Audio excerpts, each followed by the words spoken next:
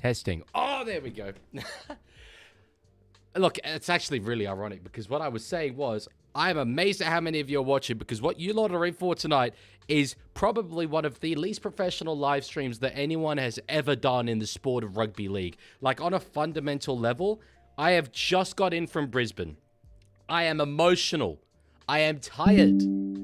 My computer is making noises, which you all can hear. And really, I'm just doing this so I can make it into a video. So if you're looking for professionalism, do not be here. Leave now, and I will not be annoyed at you.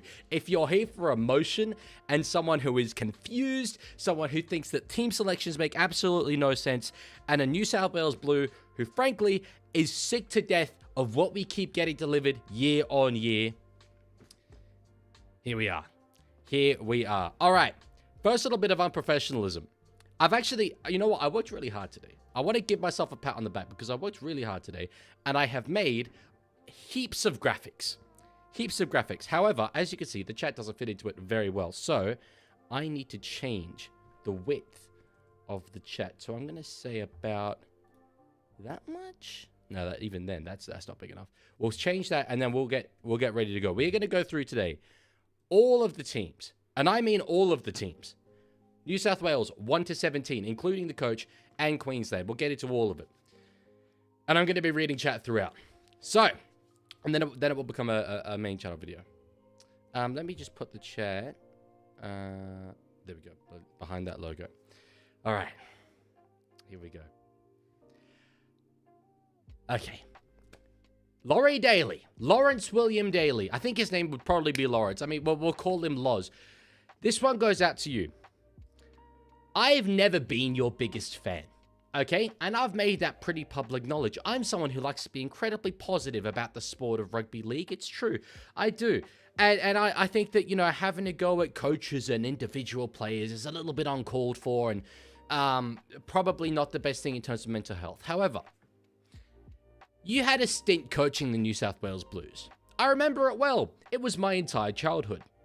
We didn't do very well in that period. We won in 2014, and that's about the only good thing that happened throughout that entire time. It was mostly getting demolished year on year by an entire team filled with immortals. For some reason, after you were sacked, we had a little bit of success under Brad Fittler and Michael Maguire, and Maguire left, and we were like, you know what? Let's bring back this dude who has no coaching record, aside from Origin. Who was a very good player at Origin level, but hasn't really, you know, done much media-wise to show that he's, you know, an expert in the game, who's really, since we sacked him, only career achievement has been reading out the tab odds on the Matty John show. Let's give him the job again. Might be different. Last year, we lost a series that was an unlosable series. We beat them at Suncorp in Game 1. They dropped their captain after Game 1. And in Game 3, in our own backyard, we were down 20-0 at halftime. What did you come out and say today in the press conference? That in terms of preparation, you wouldn't do anything different. You prepare them just the same. Just the same as the last game, where we were down 20-0 at halftime. I'm going to get into Laurie Daly in a little bit. That's just the intro to today's stream. In case you've forgotten, let's get through the New South Wales Blues team that they've named for Game 1. Fullback is James Tedesco. On the wings, we've got Brian To'o and Tola Taukola. The centers are Stephen Crichton and Katoni Staggs. Mitch Moses and Nathan Cleary will be the halves. Adam Fanua-Blake and Mitch Barnett, the starting front rowers, with Reece Robson retaining his spot in at number 9. The back rowers are Hudson Young and Hamole Olakau'atu, with Isaiah Yeo locking up the scrum. The bench is Cameron Murray, Victor Radley, Jacob Safidi, Blake Brayley, Ethan Strange, and Casey McLean, with Dylan Lucas in the extended squad. We are going to go through every single one of these players today. I'm going to give you my thoughts, give you my analysis, and more importantly, I feel, give you the players that could have been there but were not selected. Because that, to me, particularly with the New South Wales Blues, we're going to get into Queensland afterwards, but particularly with the Blues, is shocking. Is really, really shocking. Alrighty.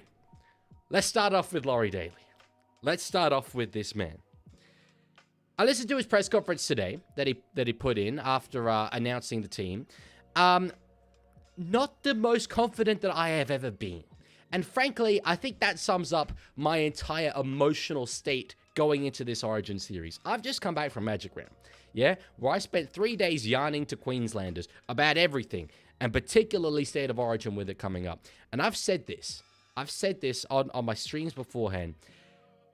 I will never want the Blues to lose a game. I can never, ever in my heart want that to happen. When the ball is kicked off in State of Origin, I want those Blues jerseys to be dominating the maroon ones, all right? I bleed blue.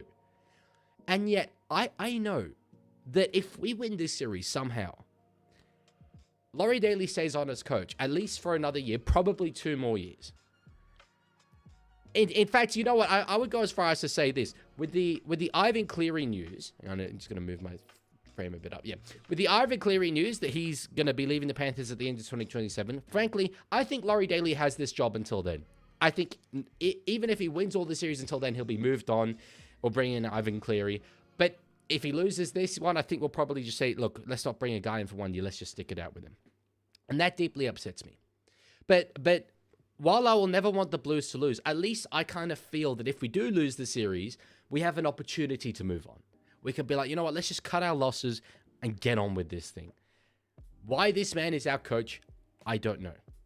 He doesn't have a coaching record that's positive in any way. There are other candidates out there. The only thing he's done is play Origin and then lose a bunch as head coach.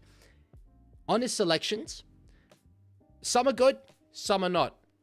We're going to get into them all. Starting with, of course, the fullback position, James Tedesco. Now, I'm a Sydney Roosters fan. This is one that I advocated for, but mostly, to be honest, out of bias.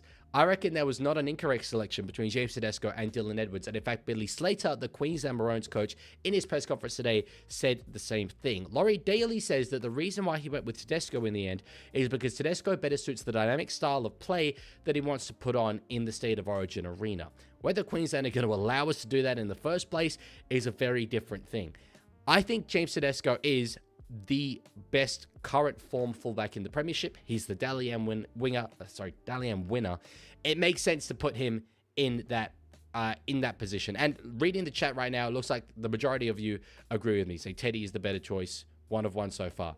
I do agree with this. I think his leadership on field is very, very good, and I feel that if James Tedesco was a Queenslander, I don't feel that his jersey would have really been under threat that much. He's one of the all-time great players. He's very, very good in the Origin arena.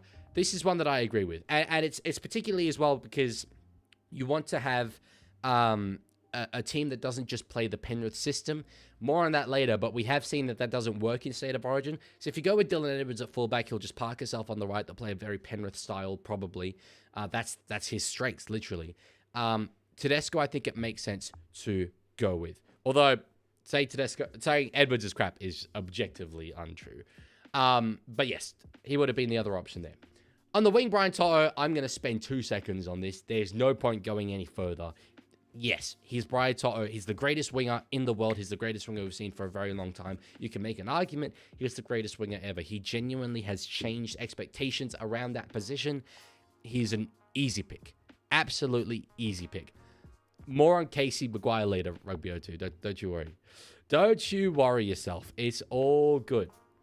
Stephen Crichton in at centre. Obviously, we have not seen the best form from him so far this year. He's been very, I think, hindered by an injury, and as well hindered by the quality that his teammates play at the Bulldogs. And Laurie Daly said as much in his press conference today, talking about how he feels that Stephen Crichton is a victim of those sort of around him, not specifically naming players, but saying that he trusts Critter. Critter has been there and done it at the highest level, delivered in that arena before. I think the majority of people would agree. We see in the chat, Graham robbed. We'll get onto that because I don't think he was robbed at the center spot, but we'll see in a different position. But again, this is another selection, although I've just absolutely ripped into Laurie Daly, this is another selection that I agree with, although I will admit, as with Brian Toto, this is one where, like, if you got this one wrong, Jesus, that would be desperation stakes because it's a pretty easy one to get. I'm sort of off to the side, actually. I'm chatting over here. I should be chatting over there. There we go. This is what I mean when I say this is going to be an unprofessional stream. I should have just done this as a Discord only stream. But anyway, is what it is. Next spot.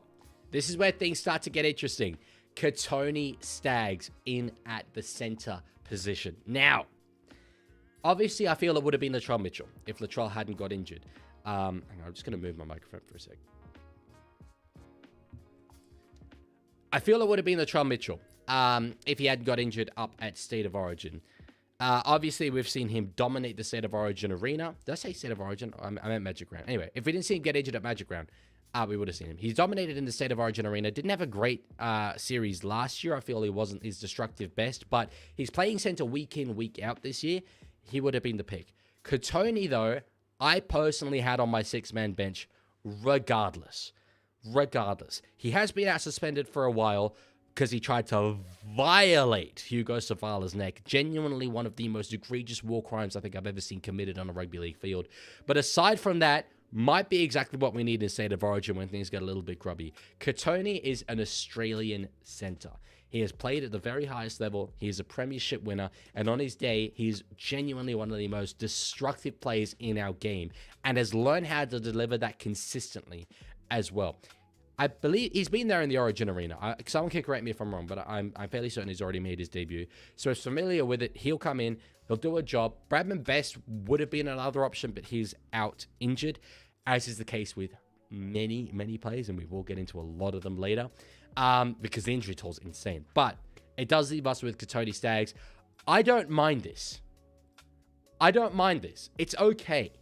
It's not maybe a selection that I love, but I feel that that's only come because of injuries. The ones that I feel are egregious are yet to come. As of yet, Laurie's doing a decent job. That's about to change because of Tolotau Koula. Now,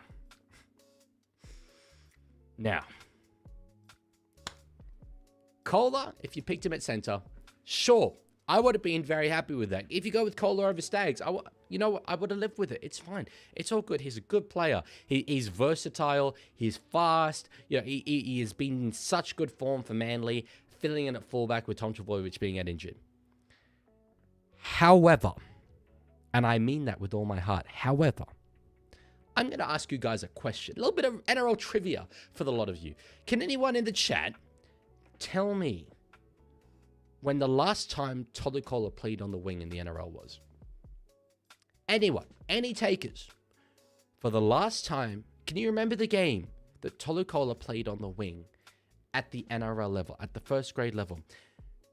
No, you cannot. Why? Because he hasn't. We have picked a winger who has never played wing in first grade. And he's done it. He's done it 4 times, I believe, if memory serves, for Tonga. Largely against very, very weak opposition. I think one of the games was against France or something. So you're not really going to be tested in that arena so much. But you know what, Mr. Laurie William Daly came out and you know, said to justify this decision?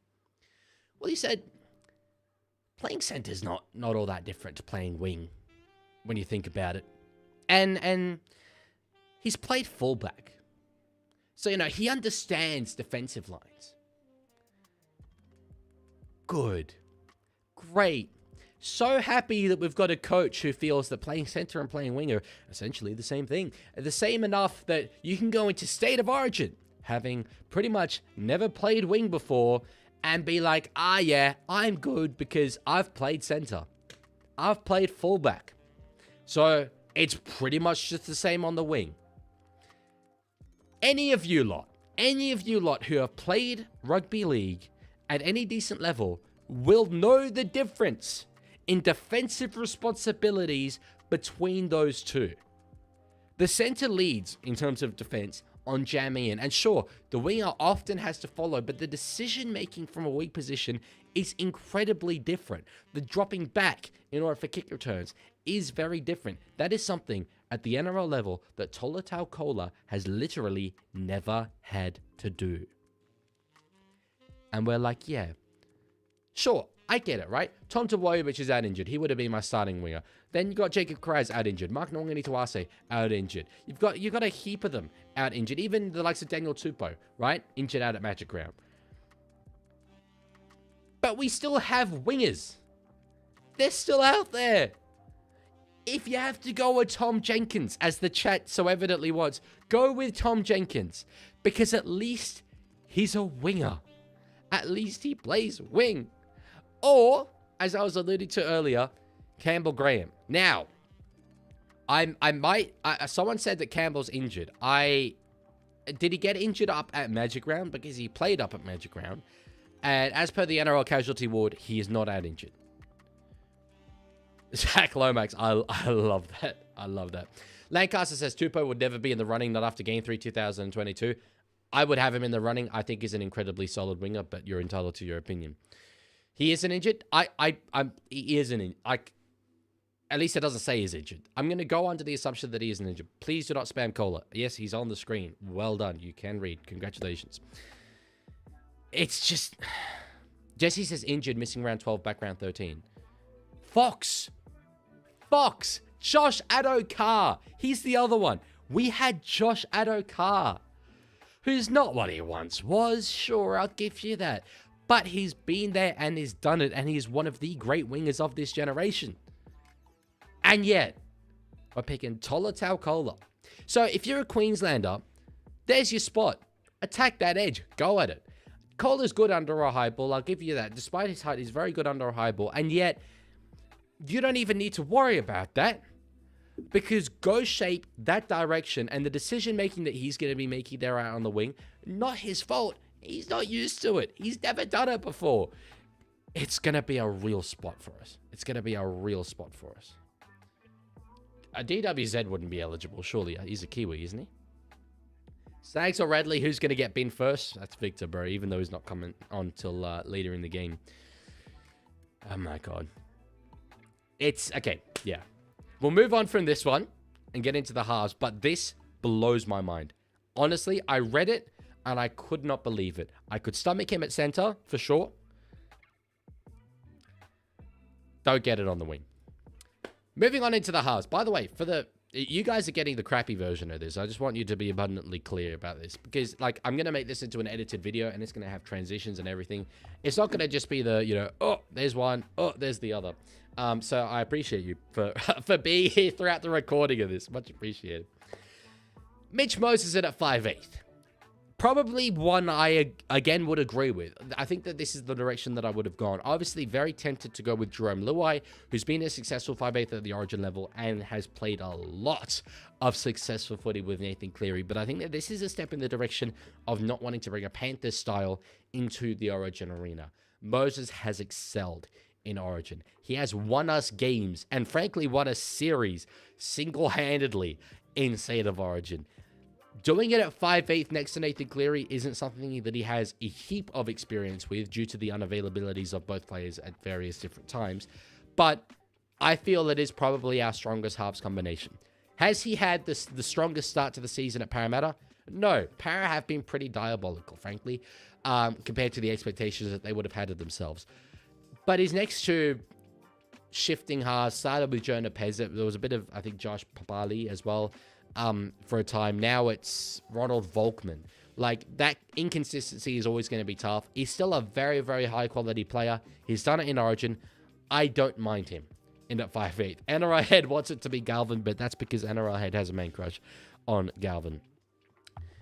3 out of 6. Mitchell Moses is good, but not a running threat. Throw Strange in and have Moses on the bench instead. I don't agree with that just yet. I'm confident Strange will be a 5'8" or maybe a center. One day in Origin. He hasn't played a lot of center, but it's just the Jack Whiten style. But I feel that maybe in the Origin arena, Strange doesn't offer enough of that ball-playing ability. He's good, but I think that you need to have someone that can get the ball out to the outside backs, because that's where you've got the danger. And Raiders, they do not build a game plan around that at all. They're forwards. That's what they do. So I don't think it suits him just yet. All right. You guys are not taking this very seriously, though. I wanna say this. What's this? Carl Flanagan, 5/8. Actually, no, that one I agree with. But Alex, 12 for 7. Damn. All right, next one. So this is gonna divide opinions. This is really gonna divide opinions because I'll tell you what. 12 months ago, I was over in the Netherlands watching Game 3. It was midday. I had all my mates over. They're not very familiar with Rugby League, and I'd hyped up State of Origin so much. I'd hyped up this Game 3 decider. And this man broke me hard. He broke me hard. He didn't deliver whatsoever. All right? And has had a habit of not doing that. And it is probably the single most frustrating element of being a New South Wales fan. Because this genuinely is the greatest player I have ever seen. And I feel that when he retires, we're going to say he's the greatest player any of us have seen. Yet, he hasn't had that moment. It is incredible that after all of the success that he has achieved, we are still sitting here saying he needs to dominate in Origin to truly be considered one of the all-time greats. But it's true. That's the way our game is structured. And he's had good series. And I feel that the extent to which he has failed in Origin is overstated. But criticism is absolutely deserved. Again, I feel myself saying there is an opportunity for Nathan Cleary to make his stamp this year. But I've been saying that for the last 5 years, man. To finally put that narrative to bed and have a real go in State of Origin and give it to the Queenslanders and show that he is one of the greatest players of all time. Is this going to be the year? What's that expression? Fool me once, shame on you. Fool me twice, shame on me. What about fool me like 15 times? Because we're approaching it. We're approaching it. Yet, all of that said, this is exactly the selection I would have made. And 12 months ago, I would have sworn off it. But he's won me over. He has. And you just can't not pick him, I feel. It's going to, like, a lot of you are just going to disagree with that and say, why can you not pick him? And I don't have an answer, to be honest. But he's just too good not to have. I feel that if you don't pick him and you lose, the narrative becomes so obvious of why the hell didn't you pick arguably the greatest player that we've ever seen? Like, that's pretty clear. If you pick him and it doesn't go right, at least you'll be like, well, he was the one to pick. You know? It was the one to pick. If you go with Moses in at 7, if you go Moses in at 6, I do think you have to go Cleary in at 7. I feel that Isaiah Katoa is going to be there in the next couple of years, though. Especially if we continue to lose series. Because he is such a phenomenal player. I think he'll be given a go. I think he'll be given a proper go. I don't know what to make sense of any of these comments so far. He sucks, Cleary? Well, that's just not true. I think you probably know that. Katoa would have been better than Kles. He deserves an opportunity. And like, that's the thing. He's so young and does it at such a high level. I wouldn't have minded, say Moses, was deemed to just be in too poor form. If you went with Katoa at 6 and Cleary at 7, I could have loved that. But I still don't think we're there. If we lose this series and he has 3 shocking games in a row, I'll probably hear the argument. But I probably said that exact thing 12 months ago. And we lost the series. So Luke Brooks would be alright. Do we really not have any other halves combinations to go with? Well, it's what? Cleary, Moses, Luai, Katoa, Strange, but I don't think Strange would be effective at the moment in Origin. Hines, his style just does not suit Origin. I said that before he debuted. He debuted. He played his style. It didn't work. Wow, wish I'd seen that coming. It's just the way. Reynolds at 7 and Cleary at 6 with running game. I don't think Reynolds is that guy. Which is crazy to say about a premiership winner. I get it. But he is super old. Super old. And Origin is such a quick game these days. It is so intense. The stoppages are rare. I feel that he would burn out probably in a State of Origin game. He'd do a job, But I don't think Reynolds is the guy anymore. Cooper Clark at 7. Bro forgot to add Galvin. Bro did, frankly, not forget to add Galvin. All right. Who's ready for some forwards? Because the forward selections are the most mind-blowing. You just wait till we get to the bench, because my God, I've got some bloody notes about that bench selection. All right, here we go. Aiden Fanua-Blake will start in the front row for the New South Wales Blues. That is a sentence that I've been waiting years and years to say, because under the old rules, he just missed out on selection. On eligibility. His junior club is the Mascot Jets. He grew up in Sydney, but having chosen to play for New Zealand, was not eligible at all for State of Origin. They shifted to Tonga and has had a very, very good international career with them, but he is a genuine New South Welshman, Aiden Fanua-Blake, and to see him in this arena is going to be special. Is he in the best form? No, he's not. I don't think anyone at the Cronulla Sharks at the moment is in the best form. But he is a guy who has been frothing the opportunity to play in this arena for his entire career. You have an opportunity to pick him, you pick him. He's one of the best forwards in the game. He is so fit. He can go for so long. Absolutely clear choice. And I am really, really glad that of the obvious forward selections, at least Laurie made one. Because I'll tell you bloody what, he didn't make any others. When it comes to middle forwards, he didn't make any others. I don't know if there's another middle forward selection that I agree with in this side. So I'm glad we started with this because it's a positive note. Before we get to the other front rowers, because I will get to the alternatives, the number 9 jersey, Reece Robson. This was almost as 50-50 a call as the fullback race. It's just not quite as high profile as, Tedesco versus Edwards. But I think probably incumbency has helped Robson, as well as his link with James Tedesco. At the Roosters, they have developed a really, really good 1-2 punch together. You'll get a forward like, say, Nafahu White, getting into the line, getting a quick play of the ball. Robson picks it up, runs. He's very, very good at that. Often gets 10 or 15 meters. Another quick play of the ball. Tedesco's always there at dummy half. Always there picking up the ball. And that's when you see him get a bit of space and is able to do his thing. And after he's taken his run, the defense is just running back to try and get back onside, and it generates space. That's got to be the game plan for us. And we'll see it off the back of guys like Aiden Fanua-Blake. Robson nails that, and I feel that that's why Robson is here.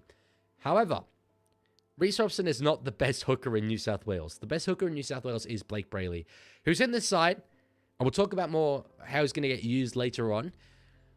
I personally would have picked Brayley to start. I would have picked Brayley and pretty much said, you know, you might get a break at some point in the game, but you're capable of playing 80 minutes. Go out and do your thing. Because he is that good. He is that good. And I feel that incumbency only really holds weight when you've been winning series. And we didn't win the series last year. It shouldn't matter all that much. So maybe it shouldn't have carried the weight that it is probably carried here. Robson's been in good form, but he missed the start of the season. He hasn't played all that much. I'll be going with Blake Brayley. Tiger says Robson and Brayley were always going to be the two hookers. I don't think that's true. And I know that they are the two hookers, but I very much viewed them as one or the other coming into this. I did not think going with both was really an option, and I will explain why later when we get to Blake Brayley. But it is one of the things that baffles me most about Laurie Daly's decision making. I didn't realize this mouse would be on the screen. Anyway, yeah, it works. Whatever. Forwards, front rowers. Mitch Barnett. I want to see some opinions from you guys in the chat. Who would you say has been the best middle forward at the New Zealand Warriors this year? Let's, you know what? We'll exclude Aaron Clark. Let's just keep it to props. You got James Fisher-Harris, premiership winner, super successful, 4-time premiership winner, captain of the club. You got Mitch Barnett, Origin player, but he's missed a lot of footy. He's leaving the club to go to the Broncos next year, and missed a lot as well last year. Even came back from an ACL. Good form, but has spent a bit of time off the field. You then got Jackson Ford, who I think is second currently in the Dally M standings. He was before they went behind closed doors. I don't know if they quite have yet. Jackson Ford. would be my pick. Lynn says Hainsey, and I am going to be real. I do not think he plays for the Warriors. The answer is Jackson Ford. The answer is Jackson Ford. I don't know if Laurie Daly thinks Jackson Ford is a type of car, all right? But the fact that he has missed out on this team is boggling to the mind. Boggling to the mind. And it begs a much, much deeper question about a culture that you have in a representative side. Hear me out, because I've got a lot to say on this. Incumbency matters. We've said this before. And Jackson Ford coming into the season is not someone that anyone had on Origin radars. You would never have picked him to be an Origin player. I don't think I had him in my side for the Warriors. I was all on the Tanner Stowers-Smith train, all right? That was my thing. But the form that he's shown has been absolutely incredible. Incredible. They've moved him to the bench at the Warriors. That's not a slight on him. The days are gone where moving to the bench is a relegation. It's a different role. And it's almost a more important role because you're providing that spark. He hasn't even made the bench of this side. I would have absolutely at least had him on the interchange. But the cultural question that it begs is this. If you're a player who is outside of the New South Wales system, right? Say you're a guy who is not a huge name. Jackson Ford is not a huge name. But you've worked so incredibly hard in the preseason. Your form is better than anyone thought you were even capable of at your very, very best. And you're delivering that consistently. For you to be overlooked by your state side, it must have Jackson Ford sitting there at home thinking, well, what the damn hell do I have to do? What does someone like me have to do to get into this Origin team? Because I've done absolutely everything right, and I've been overlooked by a guy who has barely taken the field over the course of the last year. And I'm sure he's super happy for Barnett. I'm sure they're great mates. But I reckon if you asked Mitch Barnett, I reckon he would have been picking Jackson Ford. Absolutely. Absolutely he would have.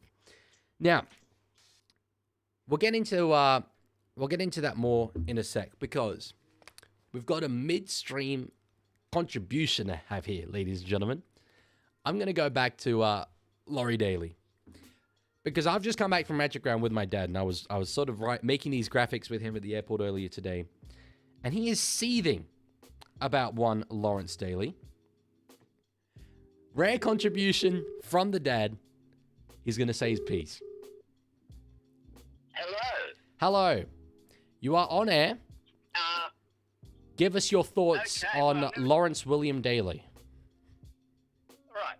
Well, I'll give you my thoughts on the selection of the New South Wales team, which, as you know, annoys me because it becomes like the mega topic of conversation which overtakes all of Rugby League for like the 4 weeks leading up to it. Who's in the Origin team? Who's going to get picked here, where, there, and everywhere?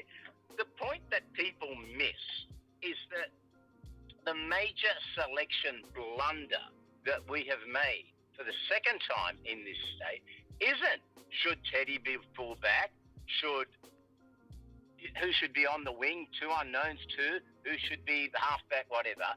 The blunder that makes all of these an utter irrelevance is that we have picked a complete goose for our coach.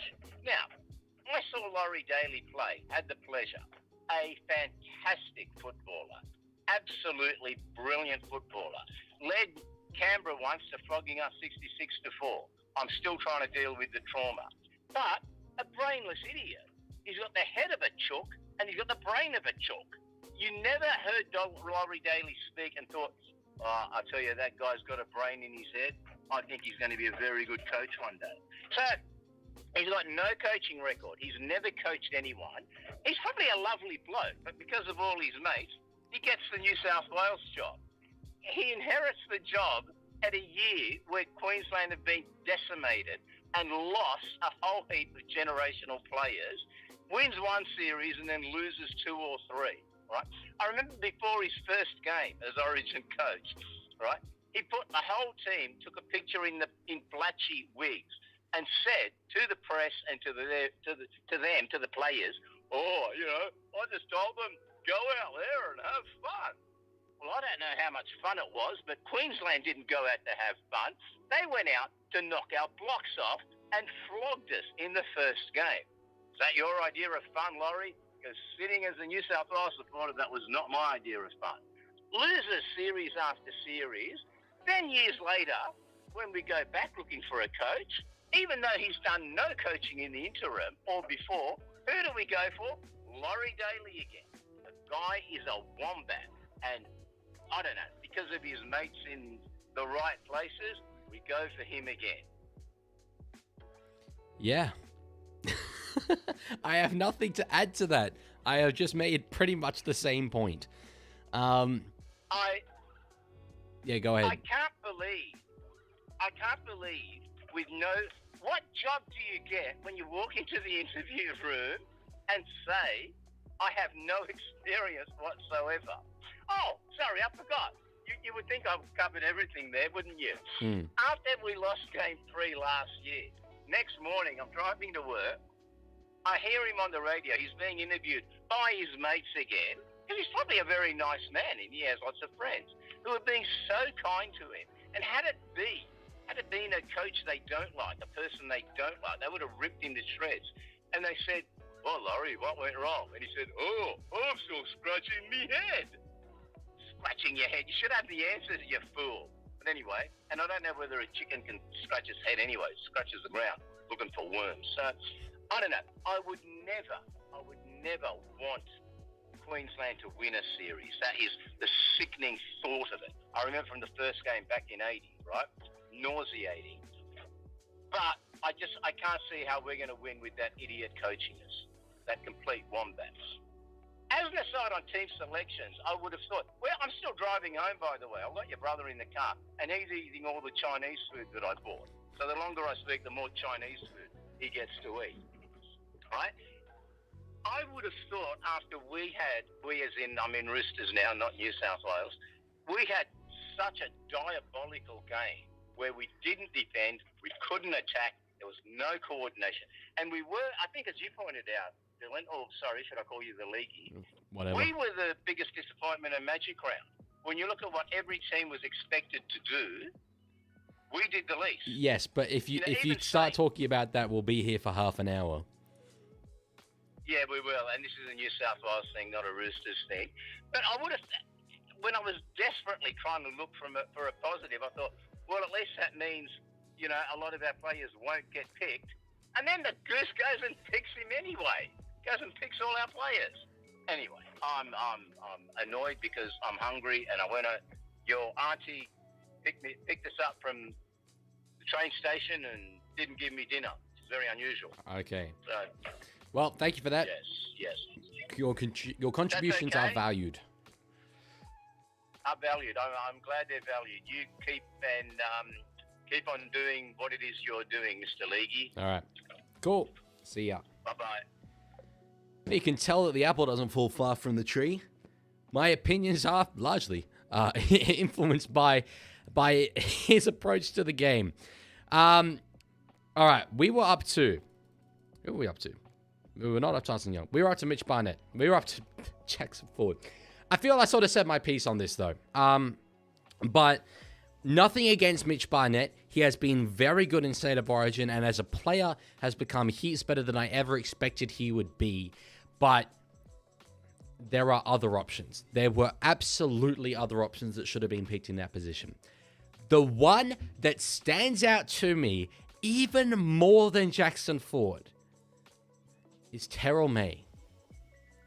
And I cannot believe that I'm saying this. I genuinely cannot believe that I'm saying this. Because a year ago, we had one of the great robberies that ever has occurred in the Origin arena, where Terrell May, who was arguably the form player of the competition, who was putting up numbers that were Haas-like, who was doing things that were making us Roosters fans who would just let him go want to commit war crimes. That's what he was doing. He was carrying the West Tigers on his back. And we didn't pick him. It was the most New South Wales Blues thing ever to overlook the obvious choice and outthink the room and go, yeah, you know what? Max King's been doing a great job. A great job. And then I thought, okay, maybe we'll pick it for game 2. We didn't pick it for game 2. Game 3 rolls around. It's a decider. They're in Sydney. Big job to do. We didn't pick him. Why would we pick him? Now, this year, there's less noise around it because I think that narrative has come and gone. But Terrell May's putting up the same numbers. He is doing as well.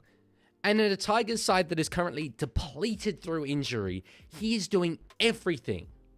When I spoke about culture with Jackson Ford, what does Terrell May have to do to get into this side? Did Terrell May bully Laurie Daly as a kid? Does Terrell May have Loz's nudes? Because honestly, what does he have to do? If Laurie Daly's sitting down with Terrell May and Terrell says, why wasn't I in the side? What does Laurie say? Or if Terrell says, how do I get into the side? What does Laurie say? And it's not a slight on those who've made it. I want to make that clear. But you think about it. Payne Haas is out injured, right? Haas would be an automatic selection. So Terrell May is not even... He's not even one of the backups to Payne. Payne can be out and still he's not there. I would... Why is that... How is that the case? I woke up this morning and I saw this side and I've been trying to process it all day. All day, because it makes absolutely no sense at all. NRL head, that's not okay to say. Terrell May's injured. Is he? He's not on the casualty ward on NRL.com. It's shocking. It's shocking. And so, okay, if Terrell May's not picked, right? You think, right, who else can we go with here? There's a guy who has been there. He's done the job before. Currently toiling at the South Sydney Rabbitohs in a side that are going okay. They're going okay. And he's excelled for the Kangaroos in the past. His name's Keon Kalamatangi. He provides you versatility across the entire forward pack. He can play prop, he can play lock, he can play back row. That's what you want in State of Origin. You want the flexibility. And that's what Laurie Daly's been talking about, flexibility. He could have started in the front row. But no, he's not on the side. And we're going to get more into Keon later as well. But anyway. It's shocking. Back row spots. I won't spend a lot of time on these because it's two obvious selections and he has gone with them. He's described both Hudson Young and Haumole Olakau'atu as 80-minute back rowers, and that they are. Hudson Young is the best back rower in the comp. He is the best back rower in the comp. In terms of consistency, he has just delivered time and time again. He's at a forward pack where he's surrounded by fellow stars, but he constantly excels no matter what side of the field that he plays on. He's very, very good. Sunny Built Millions, so you cannot spam. You cannot spam. Please do not do that. You will get timed out. Sorry, I've been missing donations, by the way. You know what? I'm going to read that out because I've missed a few now, and that's my bad. I'll read them out. We got Archer ages ago, half an hour, saying, how did Roosters lose to Cowboys? I'll get into that probably more on stream later this week. Don't want to distract myself at the moment with that, but I'm often wondering the same question. Thank you for the $3. Dean donated $3, then said, W Stream Origin was a highlight, but no more for me. What, you're just not going to watch Origin anymore? Green Cobra tipped $2 and said a blue thumbs down with nope written on it. Well, yes, that was the emoji. I don't know if he wrote that out or if that was Google's description, but yeah, that pretty much sums up my feelings at the moment, that's for sure. Dean then donated $3 again and said Dragon season is better than this team and my hope. Yikes, damning admission, but yeah, probably. Cobra donated again with the same emoji. And then Dean with $8. W Papa Leaguie, what does he think of the video on the Travel Channel? Has not seen it. I also have not seen it, but I am going to watch it. And Daniela just then, hey, the Leaguie, is it hard uploading videos on YouTube because my mate has a podcast and they texted you on Insta because they might expand to YouTube? I believe I saw that message. I will reply to it. It's hard work, but it's not difficult. All right, which games we watch alonging? Not as many as I would have liked because I'm going up to Sydney for a wedding. But I will announce them tomorrow. All right. Brunji says, no offense, but that's simple. The Cowboys are the better informed team. Well, we won 6 in a row coming into it, so I don't think that's true. All right. These two speak for themselves. Hudson Young. Haumole Olakau'atu, his form has been absolutely unreal coming into this selection period. And in Laurie Daly's words, he has been demanding selection. You look at the two halves for Queensland, and we'll touch on the entire Queensland side later. Cameron Munster and Sam Walker, both of whom, Walker's, I think, defensive frailties speak for themselves. It is probably the one weakness of his game. He's stood up more lately, but anyway, struggles a little. Cameron Munster has never defensively been one of the main guys. He's always been next to very high-quality back rowers that have helped him in that department, but I feel that as he's got older, the numbers probably tell a story of him struggling a bit more in that department. Okay, can we... Sorry, just with the chat, there's a lot of talk about people being gay. This is going to go on YouTube, and I can't upload a video where you're saying people are gay if they're not gay. What are you talking about, respectfully? What the hell? Can we rein that in?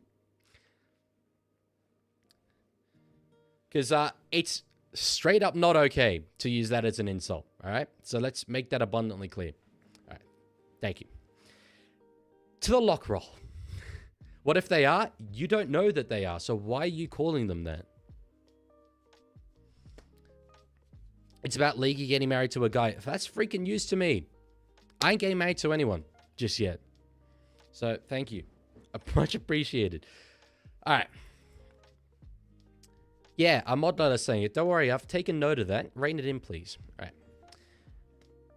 On the defensive frailties of the Queensland halves, sending Haumole at one of them is going to be an absolute cinematic event. Okay? Because he is so hard to tackle.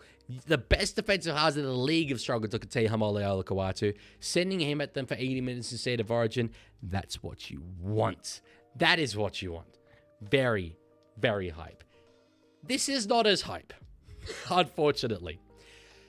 Isaiah Yeo's a fascinating one because he is one of the great locks that we've ever seen at club level. His success speaks for itself. He's the captain of Australia and is going to be the captain of this side. And I think that's probably the only reason why he's starting. I still wouldn't start him. Have him in Origin, for sure, but play him as a prop. We've had great success. Very nice, great success with him playing in that front row position. Simplify a job. Head down, get through your work. That's what Isaiah Yeo does so well in the Origin arena. If we had to go with him because there were no other good options, sure. I'd understand that. He has a decent combination with Nathan Cleary, and while they've never been able to make it translate into Origin, hey, maybe this is the time. Maybe Laurie Daly will back himself as a coaching mastermind to get the best out of those two players and make their style work in State of Origin. Maybe. But if only we had a incredibly, generationally good lock forward who regularly plays 80 minutes, who's an incredible leader, who has the quick play of the balls that you need consistently to play the style of footy that evidently we're trying to play, and who has been there and done it consistently in State of Origin before. That makes me wonder if there's anybody in and around the side. Because I can't think of a single one. Cameron Murray. How is this man on the bench? Look, okay. I'm hoping and maybe predicting, I don't know, but I'm hoping that we get a late change, right? That an hour before kickoff, we're going to see 13 and 14 just swap over. Just gotta catch a little, boop, you see them swap. And we see Cameron Murray. Because for us to not learn our lessons, to look at what has finally worked for us in the past and go, hey, see that? Let's not do that. And let's go back to this thing that we tried a billion times that didn't work in the past.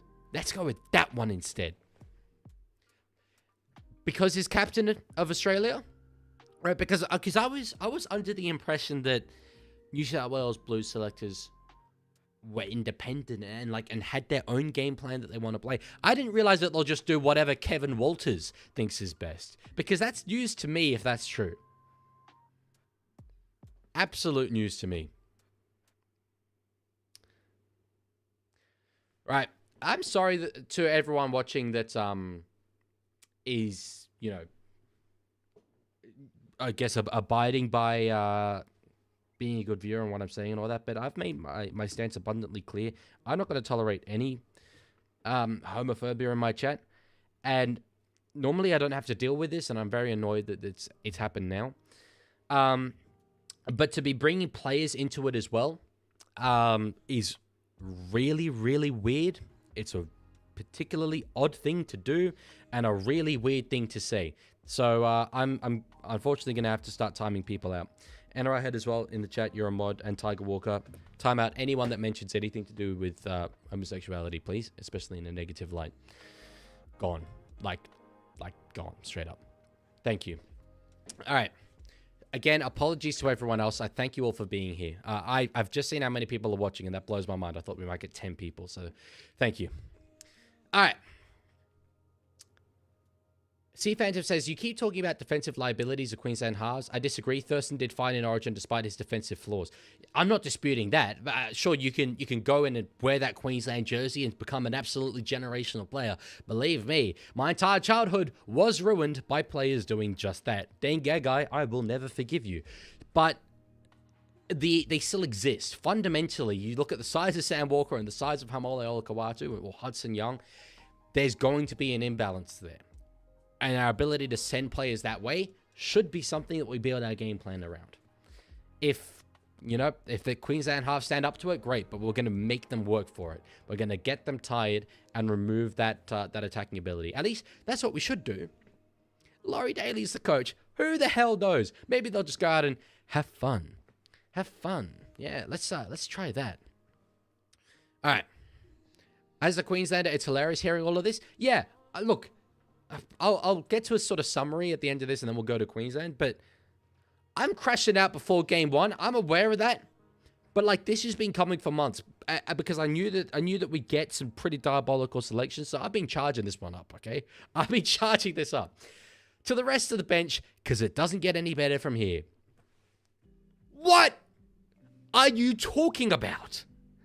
Look, okay, I'm a Sydney Roosters fan. Victor Radley won us 2 comps at lock. I adore this bloke. He's a local junior. He bleeds my club, and he tries so hard every single game. But what the hell is he doing here? With love, guidance, and respect, what?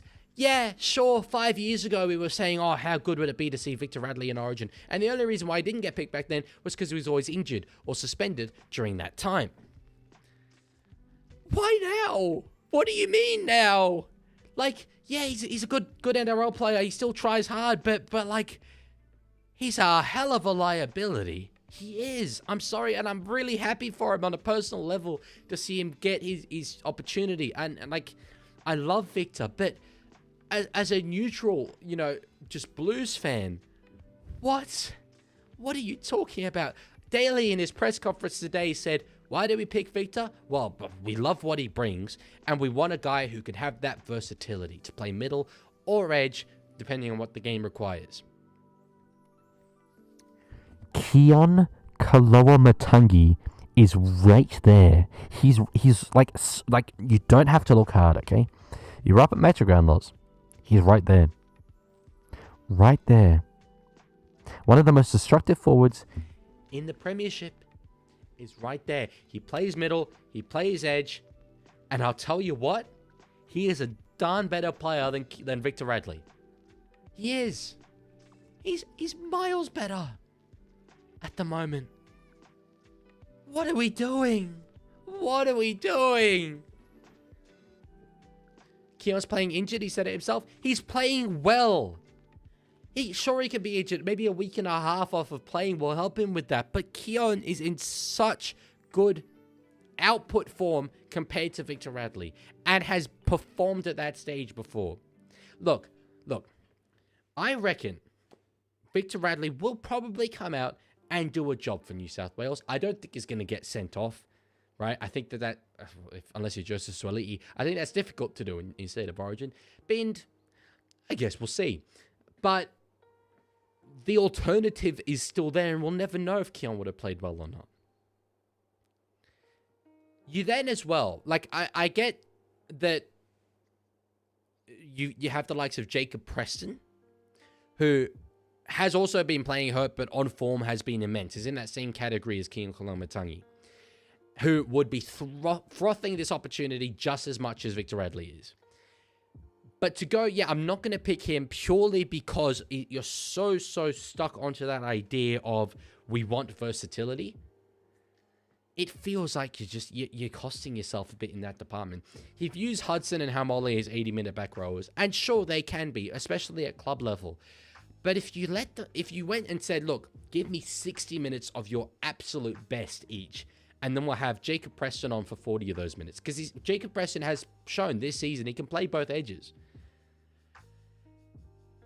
I feel that would have been the much better balance. We've added players to the bench instead of Origin to give us all those abilities, all that flexibility, that versatility.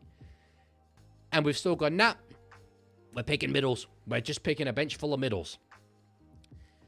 Now, we would have had space for Jacob Preston in our side, if not for Blake Brayley, but we're going to touch on that more later. Campbell Gillard, yeah, the London Broncos. Let's go with Regan Campbell Gillard. Shout out to him. Blokey said it best. Our bench individually makes sense, but as a unit, it's out of whack. 2 small middles, 1 middle forward, no edge forwards, a hooker, a half, and an outside back. Believe me, I'm going to get more into it. Preston's an Origin player. He runs hard and plays at 120%, and he's always around the ball and has many line breaks. Yep, he is. He tries. He's hard at every damn week.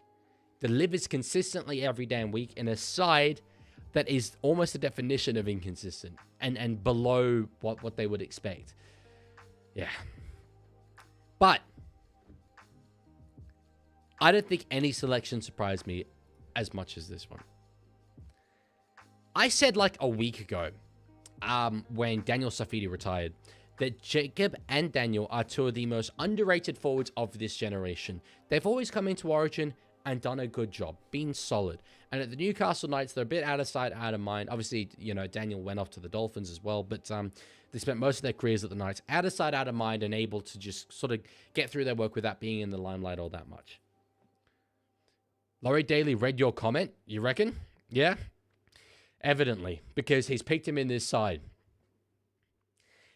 And I don't want to go over ground that we've already covered, but with love, guidance, and respect, Terrell May. You got Jackson Ford. Those are the 2 obvious ones. Keon Kalamatangi. Even Spencer Leniu, right? Which isn't as obvious a selection, and a lot of you guys probably might have gone with Jacob Safidi over a guy like Spencer Leniu, because Lenu's not being in good form. But Leniu with Origin has always been one of the best on ground, and specializes in that coming off the bench style role.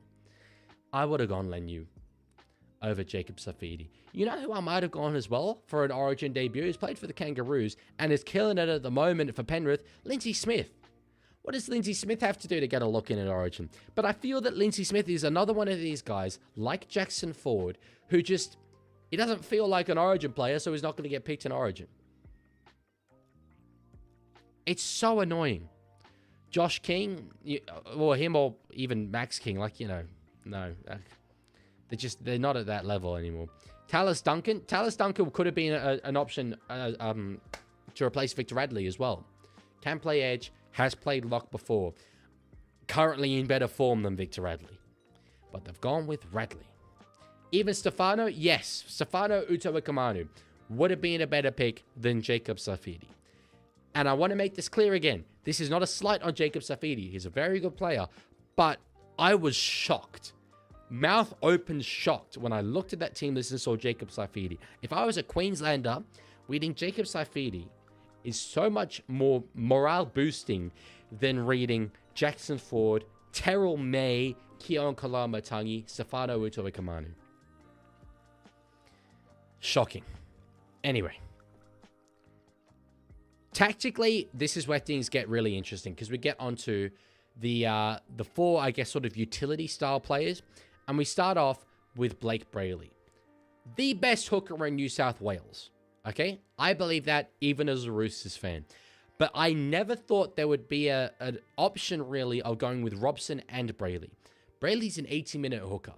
He doesn't give you the spark that Robson gives or even the flair that like an Api Coruscant gives, but he does the job for 80 minutes straight and will defend his ass off and will lead as well. What is the point of him coming off the bench? That doesn't offer us anything. It, like, really, like, maybe we'll see a change late and Brayley will start and Robson comes off the bench and that is a bit better.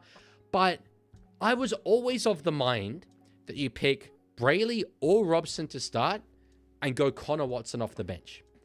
Watson's been good. He's been solid. And he is one of the only players in the comp, along with Tyron Wishart, who specializes in that 14 role. His responsibility is to come on. He does it every single week and plays either lock or plays hooker. And is dynamic and has done it in Origin before with very limited opportunity and done pretty bloody well. The fact is that if you'd picked a Connor Watson here, for instance, because he can cover 5/8 as well, even play center at a pinch, it covers so many more positions that you can then afford to maybe not have an Ethan Strange on there. Or if you want to have an Ethan Strange on there to be your, say, center cover, you then can afford to not have a Casey Maguire. Whatever. What's his name? I can't remember. Casey Maguire, I think, pretty sure that's what we'll go with. You can afford to not have a Casey McLean there. But we've effectively wasted a bench spot by including Brayley, who can play one position. We could have then, if we had freed up that spot, Jacob Preston, there we go. You got a back rower there. And you don't have to even impact your middle forward rotation. But we've just wasted that spot completely. Brudgy says Connor Watson would have been an insanely good to pick. How did they overlook that one? I don't know, bro. I don't know. Fletcher Sharp, I mean, he'd be an alternative to Strange. Sure, could have gone with him as well. But he doesn't cover that hooker role. You need someone who can play hooker whilst also being covered for other positions. We have him. We have picked him every game of the last 2 years. He has won an Origin series with us. He's right there. He's in decent form. And we're like, nah. Let's pick a guy who doesn't ever come off the bench, who always plays 80 minutes and is not known for anything other than being a really good, solid, serviceable hooker. Let me ask you a question, right? Let's say 50 minutes into the game, Robson comes off, Brayley comes on. Is anyone going to be sitting there like, oh, here we go. Here's a bit of spark. Here's a bit of momentum. He's a guy that's going to get us going. When the forwards are tired, he's going to get some meters through the middle and get some quick play the balls. That's never been what Blake Brayley is. It makes no sense. No sense. Yes, Bulldog said it. I was on KO. I was interviewed by Denon Kemp and was on KO. That was very, very cool. If you wanted that, Appy had to be the pick. Well, I would have gone Connor Watson. But if you insist on just going with a hooker, even Appy would bring more spark than this. I would have started Brayley. I want this to be clear. I'm not saying Brayley doesn't deserve a spot, because he does. Start Brayley, who can play 80 minutes. And then if you don't want him playing 80 minutes, get him playing 60 and bring Connor on for the last 20. If you want Connor playing more than 20 minutes, bring him on in a lock-style role. Or just anywhere through the middle as a bit of spark. That's what he does. He specializes in it. And we've picked a guy who has never done it. Does that ring a bell, by the way? Picking a guy in a position that he's never really played? Tolu Kola on the wing, maybe? Phoenix Crossan, isn't he a Kiwi? Or is he eligible? Yeah. Anyway. I think Adam Dewey was supposed to be the main bench utility until he got injured. I think he would have been in the Strange position rather than this position. Because you do need hooker cover if you're starting Robson. But yeah. We've wasted a bench spot, folks. We've absolutely wasted a bench spot. Ethan Strange deserves his position and is a really intelligent pick. A lot of people would have gone with maybe Matt Burton, but they cover similar positions. Ethan Strange is a quality number 6. I believe he will be a 5/8 for the Blues one day, may even be a center for the Blues one day, but he is such a big body that you can bring him on if the game demands it in a lock role, maybe even a back row role, although I don't think we'll have to do that in this game. And that's why Laurie Daly picked him. And this is, like, it feels like it's been a while since I said this, but a selection where I absolutely agree with Laurie Daly. This was a really, really good pick. Bringing him into Origin camp, brilliant selection. Very versatile, will cover a heap of positions, and genuinely I feel that he is the reincarnation. Not that Jack Whiten's dead, but the reincarnation of Jack Whiten, at least in the Origin arena. It's really, really good for him to be in this role. 19 Hugo Savalas, we would have won. Yes, that's actually a very good point then, Dario. 19 Hugo Savalas would have been sweet. But I feel that because Ethan Strange, although you know what? It's a similar argument to Tolu Kola, where he hasn't played center at the NRL level, but he played it consistently in the rep arena coming through and has the attributes, I feel, to do a very good job at center. I'd still have... Actually, you know what? I'm gonna cut that out because I've taught myself into a bit of a hole there. I would have still gone with Strange and outside back cover in addition. He's a good pick, but we've just wasted that spot on Brayley and it's pissed me off. So yeah. Anyway, can the Blues men win 3-0? Yeah, sure we can, but we're not going to. No, I don't even think we're going to win the series, let alone sweep the series. Strange should be starting. Disagree. We spoke about that earlier, but at the moment, a bit too one-dimensional. All right. We then move on to Casey Maguire. Now, a lot of people had him in the starting side.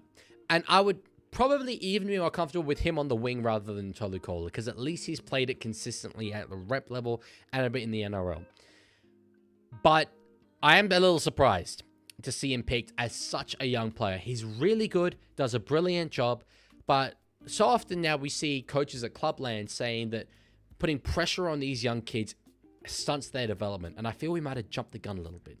You mean McLean? No, I mean Casey Maguire. If you know, you know. If you know, you know. But yes, the thing that gives McLean a benefit in that department is that he's able to cover center and is able to cover in the wing. I don't know. I just probably it's a case of so many of our other options being injured. Maybe Jacob Carraz would have been a pick over him. Maybe even Martin Wington-Tuase, who has played center in the NRL, would have been a pick over him. But it's not a selection I'm unhappy with. Especially if the narrative is he gets to be part of the squad, doesn't come on during the game because you wouldn't actually expect the outside back cover to come on during the game. That's fine then. He gets to, have a really, really good experience. But I am worried and wary that we're burning a young kid potentially a little bit early in his career. Well, I would have picked Graham if he was fit. Campbell Graham absolutely as well. And we've received throughout these different stories, different news as to whether Campbell Graham is fit. I have to go by what the NRL say, and the NRL say that he's fit. So, yeah. Big ups to Laurie Daly for getting Casey Maguire in New South Wales debut. Sure, he hasn't played footy in 15 years and has already played for Queensland 20 years ago, but I see Daly's vision. Yeah. One of the all-time great stuff-ups, by the way. How the hell? A Graham injury 2 weeks. Okay, you know what? NRL Physio I trust. So I'll cut that out from earlier in the video. That makes a bit more sense. But still, with the wing chat, Josh Hadokar was right there. But yeah, anyway. Pierce got thrown in early and it basically hobbled his career. Yeah, sure. And, he was a halfback. You're going to get a lot more attention and criticism there. And we have seen recent examples, say a Robert Toya or a Hammer, who were picked in the Origin arena without a lot of experience. But I feel that they're more the exception than the rule. I would have liked to have seen us hold off a little bit on Casey McLean, let him develop into a genuine superstar at Clubland, and then give him his go in the Origin arena. But regardless, we don't expect that the bench cover will come on, so this is fine. Then the last pick for the Blues, I'll only spend a few moments on this because he's listed as a reserve. We're not expecting that he will play, but Dylan Lucas absolutely deserves his flowers. It's great to see him there because I feel that he's a guy who we could have seen a lot of his career go by without getting that Origin jersey, much like a Mitch Orbison, just because you don't look at him and think State of Origin, really. At least I don't. But he's a tremendously good player. He's tremendously good with cover of multiple different positions. And although he has been named in jersey number 20, he deserves to be part of this squad, for sure. We'll conclude the Blues bit before moving on to Queensland. I'll just flick back to the team itself. In conclusion, this Blues side is one of the more baffling ones I've seen in a very, very long time. And I was off Laurie Daly already coming into it. But while I feel he's got at least the many of the obvious selections in the backs right, The fact that we aren't seeing guys like Terrell May, Jackson Ford in this side is absolutely mind-blowing. And if I'm a Queenslander waking up to see this team, I'm happy. And that's the ultimate metric. So much we talk about origin selections and what makes the other side, intimidated. What do they not want to see? And I think we've given them what they want to see. I think we've given them a winger who's never played wing before. I think we've given them a lock who has shown in Origin that his style doesn't work. And instead at 14, we've stuck a guy who shows the Origin that he's an absolute superstar. I think at 15, we've shown, frankly, a bit of a liability. A player whose best is realistically behind him. We've gone with instead of Tallis Duncan. We've gone with instead of Keon Koloamatangi, who have gone with instead of Jacob Preston. We've gone with a number 9 who is not the best 9 we have to offer, and we've put the best 9 we have to offer in a role that doesn't suit him, where he's absolutely stunted and his strengths are not played to. It's remarkably frustrating. It's remarkably frustrating. And Jacob Safidi even in at number 16, a guy who does not offer what those other middle forwards do. So, while I will always be excited about the State of Origin season and hyped for Game 1, and I'll be watching it with my eyes glued to the screen. You know what? I'm actually going to be at the game. I'm going to be screaming as loudly as any New South Welshman there. I can honestly say I have never been less excited for a State of Origin series. And I mean that. Because you look at this side and I'm just like, this isn't the best we have to offer. And I get it, right? You look at our injury list. Payne Haas, Latrell Mitchell, Tom Teboyevich, Mark Nwani-Tuase, Jacob Carrez, Daniel Tupou, Bradman Best, Liam Martin, Adam Dewey, Alex Twal. I think those are all guys who, if they were fit, probably would have been there. Maybe not Daniel Tupou, but the others I think are pretty much indisputable.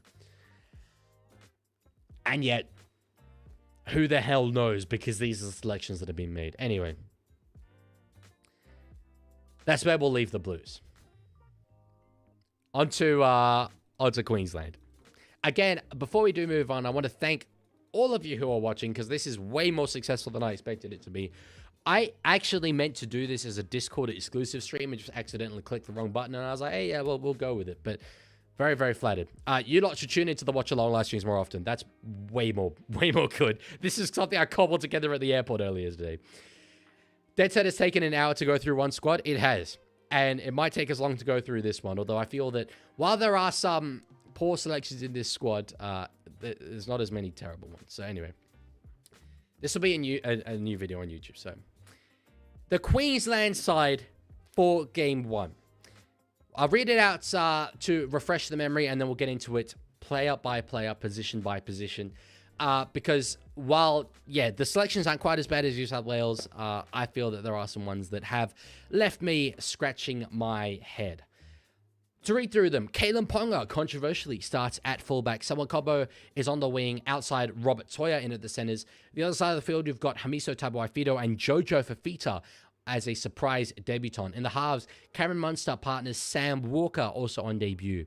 Tom Flagler and Tino Fa'asuamaleaui are the front rows with Harry Grant in at number 9. Ruben Cotter and Kurt Keatwell make up the back row positions, with Max Plath, the Psycho Plath, on debut in jersey 13. On the bench, Brito Nikora comes on to make his Origin debut as well. Lindsay Collins and Patrick Carrigan, two very solid players for Queensland, named off the bench. Trent Loiero, a controversial selection, but Billy Slater has shown that he loves picking Trent. We will get into that one, because it's not one that I agree with. Round out the rest of the side, we have Ezra Mam, Gemmet Shibasaki, shout out to him, and Kulikefu Fine Fuiaki. Let's start with the coach, Billy Slater. Now, I listened to Slater's press conference as well as Laurie Daly's, and the thing that stands out to me is how incredibly mature Slater seems to be compared to Daly in the way that he speaks and the confidence that he has in his decisions. Slater is absolutely born for this arena. He showed it as a player over such a long period of time, is probably the greatest fullback we've ever seen in the Origin arena, And as a coach, he's doing a really, really solid job in a period of time where, frankly, New South Wales do have the better team. He's won series that he's had no right to win. As a New South Welshman, I wish we had a coach like that. You know the Simpsons meme of, nice, what is it, like a cubby house or something? Why doesn't mine look like that? That's this. That's what this is. I want a coach that is like Billy Slater. And we have them in New South Wales. We have them. We just decided, you know what? Yeah, let's give it to Laurie Daly instead. Anyway, I'm gonna leave that behind us. One thing we've learned about Billy Slater is that while his methods can be unorthodox, and often he makes selections where you're like, don't know about that, don't know about bringing Josh Papali'i back into the Origin arena or Dane Gagai back in, but it works. It always works. So even the players that are missed out, I think Slater is someone who has genuinely earned the benefit of the doubt until the end of game one. And we can then judge his decisions based on the way that it all played out. But I think he deserves the benefit of the doubt there. Let's get into the side. At fullback. I cannot believe this. I truly cannot believe this. While I was like, yeah, sure, there's a bit of a, debate to have a bit of media discourse around who's going to be starting fullback, Keelan or Reece Walsh. Reece Walsh picked himself in the final series last year. That was it. He did it. He did the thing.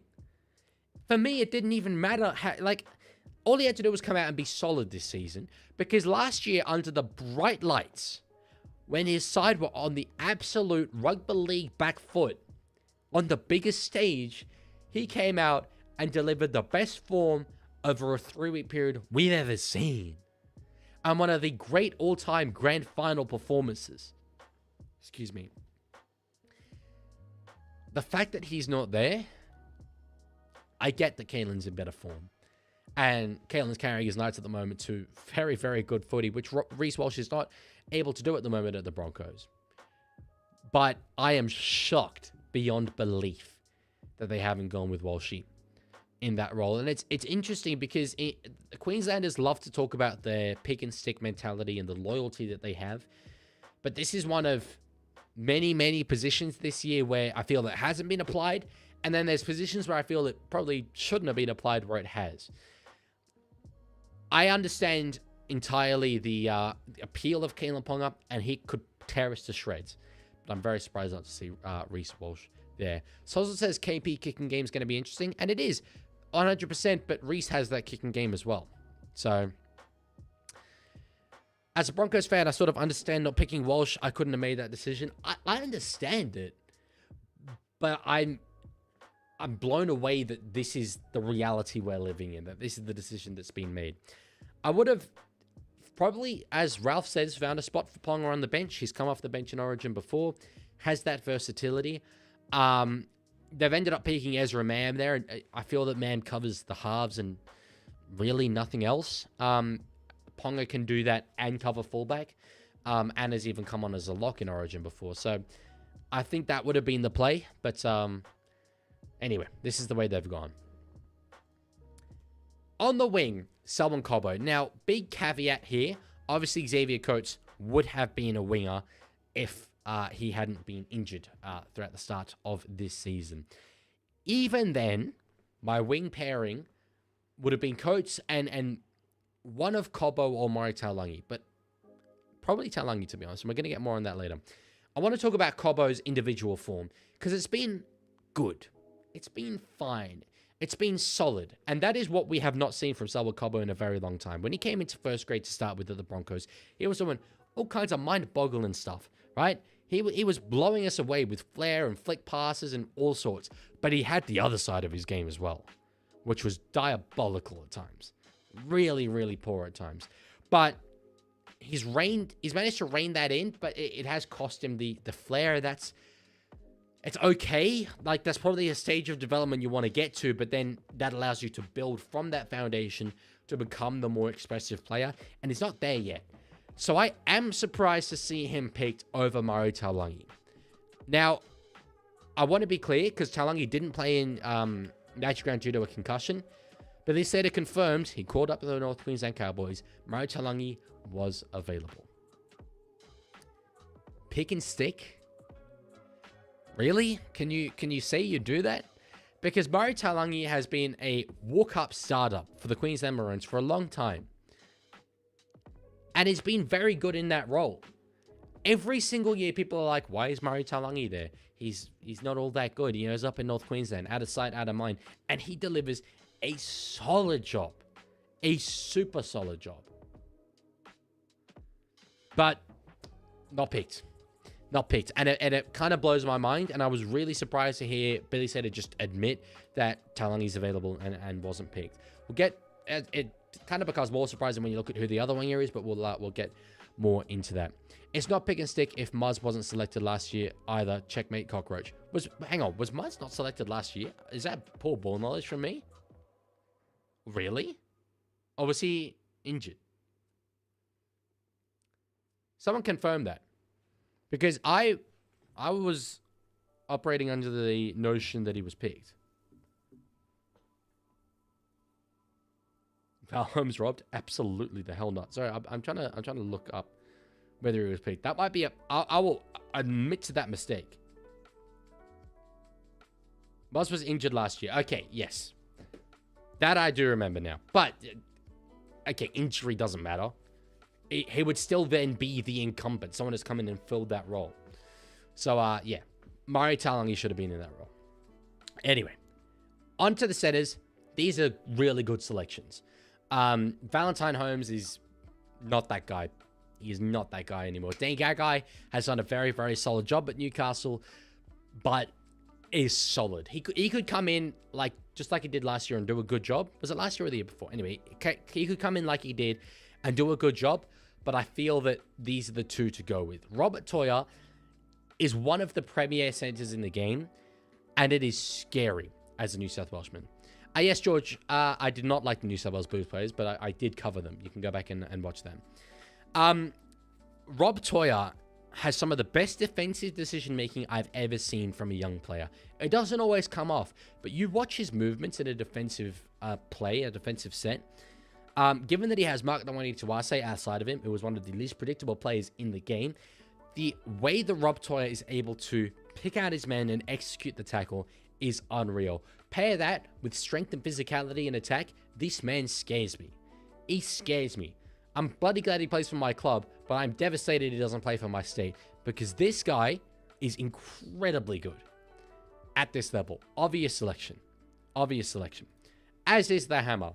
Quickly becoming an Origin great. Defensively so sound in that role inside of Origin. Has a try-scoring record that'll make your eyes water in this arena. Really not much to say on this one. Obvious walk-up starter. Lorenzo, I am going to game one. Yes. A chicken fight? What, Family Guy reference? I'll just maybe leave the fighting to Victor Radley, but sure. Onto the wing. Outside the Hammer. Well. Can anyone say they saw this one coming? Because Jojo Fafita, very, very good player. He is fast. He is strong. He has the attributes, right?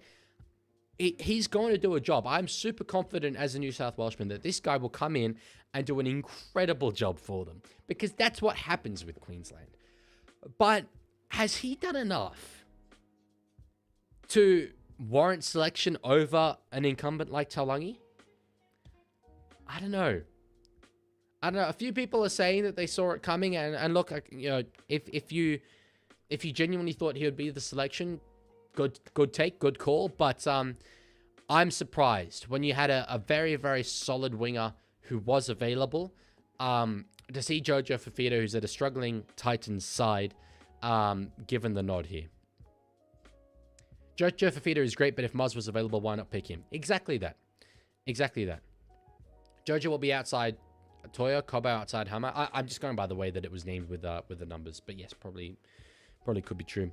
Luffy not eligible? I don't think so. Not completely sure. But anyway, I don't think he would have been picked over Jojo. It was unexpected. It was unexpected. Sozo, yeah, I think Alfie was brought back from Warrington to play State of Origin once. Kola will have Cobo on locks. He's a very underrated defensive player. He's a great defensive player, but he's never defended on the wing. It's not the same thing. I can't believe that we think it is. It's not. It's not. Anyway, but Jojo's he's a solid player. I'm just surprised that he's picked over Talangi. If I'm a New South Wales game planner, I'm testing him all game long. I'm sending traffic that way because the bright lights can get to anybody, and these are brighter lights than Jojo Fafita has ever played on. He's never played a finals game. So to go from never playing a finals game to State of Origin, away from home in front of 82,000 people at Sydney Olympic Park, it's going to be a hell of a baptism of fire. On the halves, Cameron Munster is the captain of the side. He's the incumbent. He's an all-time Queensland great. Although his form has not been great this season, he's starting to turn it around there at Melbourne. He's put in 2 weeks of very, very solid footy. He's the captain. He at least deserves game 1. If he goes out in game 1 and has a generational shocker, sure, we might see a Daly Cherry Evans moment. They've shown that they're not afraid to drop their captain, after 1 game. But he at least deserves the opportunity to prove himself, and I feel that he will genuinely prove himself in that 6th role. The other option would have been Ezra, but Ezra's form hasn't been the most sparkling himself, so it's not like we've had a guy nipping at those heels. Fullback and centre are both defensive leaders. The centre makes the decisions for the edge. I'm worried Collar won't be able to stop himself from making decisions and throwing everything off. We'll see. We'll see. But Laurie thinks it's the same position. Anyway, I'm going to not answer questions on the Blues anymore because I feel that I spoke a lot about the Blues, and I'm getting through Queensland a bit quicker, so I want to give them their time. Munster deserves his spot as captain. The surprise to many was Sammy Walker in at number 7. Now, I want to say, as a Roosters fan, I am so happy for Sammy. He is one of my favorite players by a margin. He is such a unique style of player. He is nothing like Tom Dearden was going to be at this level. And so I think that coming up against him, it is genuinely intimidating, but it's also going to be difficult to coach. Billy Slater has a dilemma on his hands where he can say, okay, Sammy, we've picked you, to be your style. Go out and do it. And you're going to have Sammy Walker kicking on the 1st or 2nd tackle in attack when he thinks there's a half opportunity on. That's not really what State of Origin is supposed to be. But it could work. Hang on, my hair is doing absolutely wild things right now. It could work. Or you go with the more orthodox Origin style that's more likely to get you into a grind and win that physical battle, but you're essentially wasting what Sam Walker is. You might as well have picked Jamal Fogarty there or Jake Clifford there, who personally I would have thought would be the selections to go with. I think Munster can give you that flair. I don't think you need a Sam Walker style player, but Billy Slater knows more about rugby league than he knows 10 times more about rugby league than I will ever know. So I'm not going to doubt it, but certainly a spot for the New South Wales Blues to send our back rowers to, because Sammy, although his defense has improved a lot in recent years, he's limited fundamentally by his own physicality. I really, really wonder how much the reins are going to be let loose. Sideline says, do you think he could turn that off for Origin, just play a steady hand at 7? He can, and maybe Billy will ask him to do that, but if you're going to ask him to do that, pick Fogarty, because that's what Fogarty's built a career off doing, and won a minor premiership off doing. So I don't think that that's what they'll do. I will say, though, I am, like, from a Queensland perspective, glad that they've not picked Ponga at 7, because Denon Kim's been saying this, and I can't believe he's been the only one making this point. Kalen's career nearly finished defending in the front line. He was, frankly, putrid playing 5'8", right? And yeah, I get it. It doesn't make a lot of sense because he's got the physicality, and I know in attack, he kind of plays halfback for the Knights anyway. But defending in the front line is a different prospect. And that would have been even more of a spot for the Blues. Sam Walker was meant to be DC's replacement before Dearden killed it. Sure, yeah, I agree with that. It was always going to be a future between him, Dearden, and Ezra Mam. And I think it still will be. But it's not a like-for-like replacement, and it's a much more extravagant and unorthodox replacement. You talk about how you need guys that will get quality ball to the outside backs in Origin. And Walker does that a bit. We see a lot of early ball to Toya and Nwangani Tuase, but he loves doing stuff by himself. He loves taking runs by himself. And I'm not sure that's going to translate well, at least to start his State of Origin career. I just remembered Ponga would come back from a concussion and within 10 minutes of the game would go off again with a HIA. Yeah, that's what it was like. I think this indicates that Billy is expecting Origin to be refed close to the current NRL rather than a traditional Origin. You would hope so. You'd absolutely hope so, because if it's going to be a grind fest with not a lot of 6 against and not a lot of penalties, that does not suit Sam Walker's style whatsoever. Billy said in his press conference today that the way that Origin will be refereed is not really on his mind, is not thinking about it too much. Laurie Daly said he doesn't know, which was a bit of a concern. I feel that if you don't know but it's relevant, maybe you should ask. But anyway, Billy's just playing to the style that he's put together, and I think that he'll sort of sort it out on the day, depending on how it gets refereed. He'd be a conversion kicker as well, because no Val. Kalen Ponga can do that, as could Reece Walsh if Reece had been picked up fullback. So there are a few options in that department, but Sammy can be goal kicker. Is there any other goal kickers? I don't think so in this side. I'm just having a look through it. None spring to mind. Has Jojo ever kicked? Or am I mean, not at any decent eye level, so I'm making that up probably. Anyway. On to the forwards. Jeez, I've been going for a long ass time. But there are some mind-blowing omissions here. I want to say congratulations to Thomas Flegler, because he has had such a rough time of it. He nearly medically retired due to needing a shoulder reconstruction. He stayed out of the game for such a long period of time, but he has clawed his way back through hard work into the Origin arena. And Slater said at his conference that even though he was calling debutants, the most emotional call on both ends of the phone was to Thomas Flegler. It's an absolutely unreal testament to the character that he is, that he's managed to get back to this level, and that's exactly what you want in State of Origin, when your back's up against the wall, to be able to bring in a guy like this to your side who will do a great job. He would have been picked in my side. To start, I don't know, but he would have been picked in my side. The guy who I would have gone with in that starting role, and I'm going to get straight into him because I cannot believe that he's not there, is Tom Gilbert. What the hell? And again, I'm not picking him over Flegler, but there's some guys coming up who I think, how the hell have you got into this side ahead of Tommy Gilbert? Gilbert tries so hard, is such a leader, is the captain of the Dolphins. Is it Katoa now? But anyway, has been the captain of the Dolphins at minimum. Leads their forward pack week in, week out, and yet he's not in this side. He's been out injured for so long as well, Tommy Gilbert. He has been robbed and starved of Origin opportunity, and yet finally we get him in a window where he's in really good form, and Queensland don't pick him. It's really surprising. Hooker, Harry Grant, yes, of course. Nothing to add. There was never going to be another option. He's the number one hooker on planet Earth. And, like, even then, they don't have many other great options. So, Harry Grant at hooker. Tino, again, at prop. Like, Tino has come out and said that he feels his form hasn't been especially good.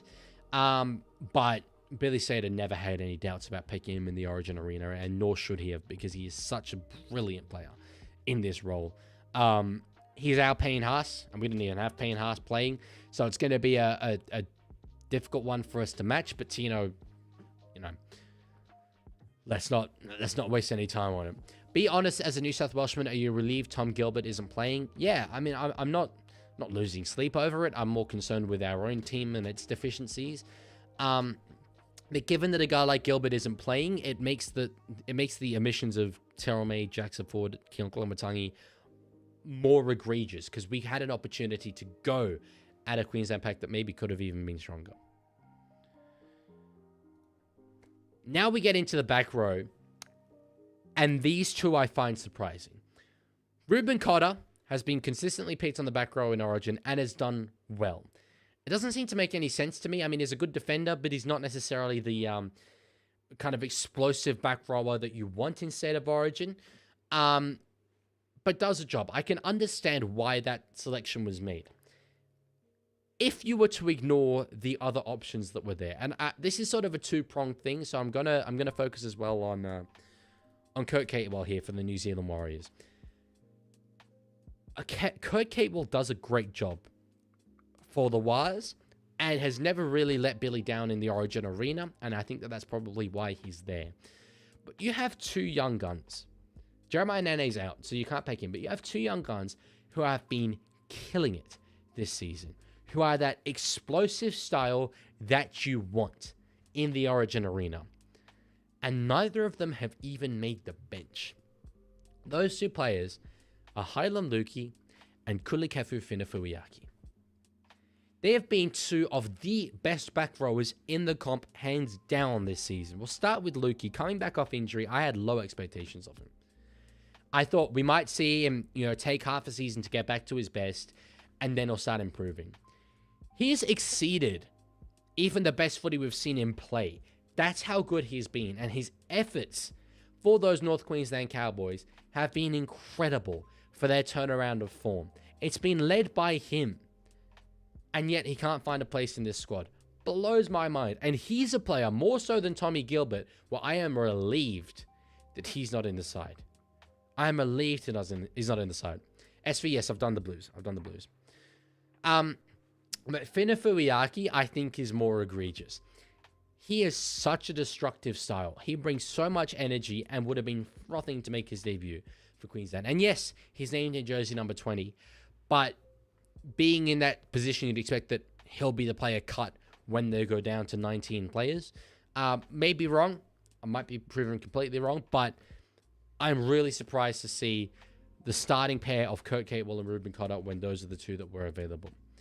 Ralph says I rate Leaguie above Nana. Well, yeah, I mean, I think on current form, so do I. Nana's been out injured, sure, but if Nana was fit, he'd be in this side, and so it surprises me that Leaguie isn't.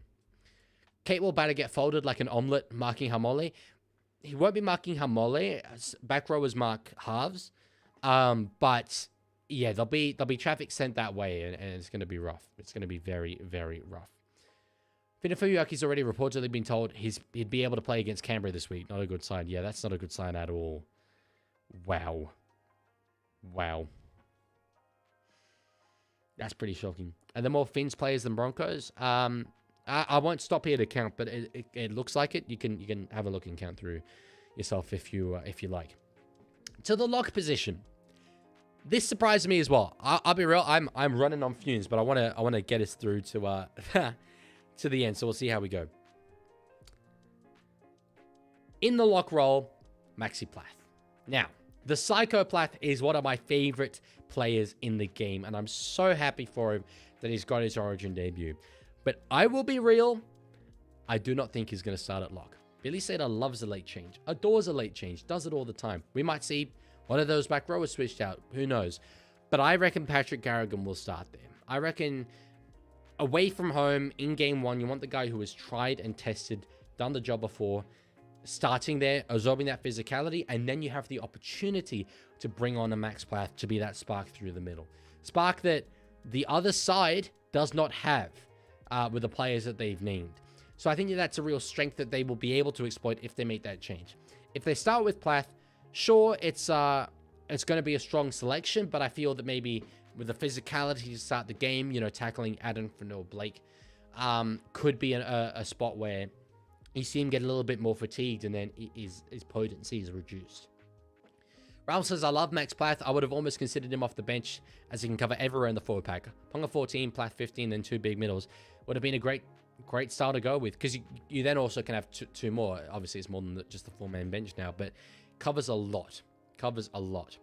SV, just go back and watch that. I spoke about it for like 15 minutes, honestly. So, yeah. They don't call him the Psychopath for nothing. That's the thing. And I feel that against fatigued forwards, that's where he's at his most effective. You could have even had Tommy Gilbert playing lock. If you wanted to find a spot for him in this side, bringing them Plath off the interchange position. But Yeah, anyway. This is the way that they have gone.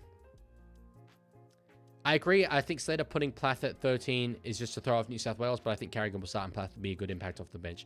That would make way more sense in my mind. And so that's the way I think they'll go, but I kind of have to operate off of what they've named. But anyway, we'll see the direction they go with there. Another debutant, Briton Nikora. This is super exciting. He's a player who's going to benefit from the new eligibility rule change. But he is a Queenslander. He moved to the Gold Coast area, I think when he was 9. From memory, and is a Queenslander through and through. Is one of the best line running back rowers in the comp, and I'm worried about him. As a Blues fan, I am worried about him running at our halves late game. The fact that he's been named in jersey 14 sort of fuels the idea that I have of maybe we'll see some trickery late on in the game, but regardless, Nikora is brilliant at what he does, and I've been really, really surprised to see a number of people a bit underwhelmed with his selection, because to me, Briton Nikora is one of the premier players at what he does. He specializes at what he does, and I think is a really, really solid pick for Queensland. Nikora doesn't even start for the Sharks. Personally, I don't really rate him, but as I said earlier, the days are gone when not starting is a sign that you're not as good. It's a different role. It's not a less important role. In many respects, it's a more important role. And at the Sharks, you got the likes of Teague Wilton soaking up that pressure early on, the physicality. And then let's Briton Nikora come on and do his explosive style sort of towards that mid-game period. And that's what's going to be a strength for Queensland in this game. You could have, again, gone with a Harlem Lukey or a Lofreda Fuyaki, but I would have picked Nikora anyway and picked one of those two to start with. So I'm pretty happy with him. People not rating Nikora based on his Sharks form have to be Origin tourists. Since when has club form ever dictated how Queenslanders play in Origin? Well, yes, that's the unfortunate reality. And so I know that there's a number of people who were surprised at this selection and have it in that baffling category. But I really think with a simplified role there amongst a team that is going to be full of informed players, I'm hyped about him. I'm really hyped about him. But if you're going with Fina Fuyaki or Lukey instead, I would have understood it. As I say, I would have gone with one of them probably to start. So yeah. Anyway, that's him. Lindsay Collins, Patrick Carrigan. I'm going to deal with these two at the same time because fundamentally I think that they deserve to be treated in the same category. They are both players who maybe we haven't seen the best form from them this season. More so Collins than Carrigan in that department.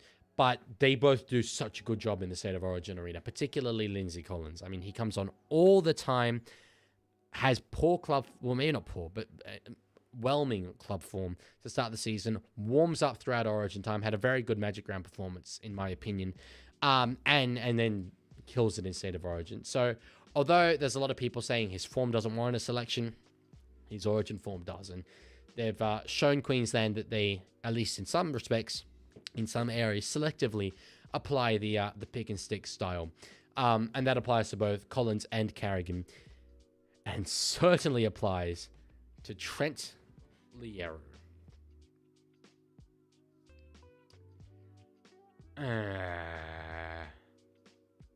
What? Look.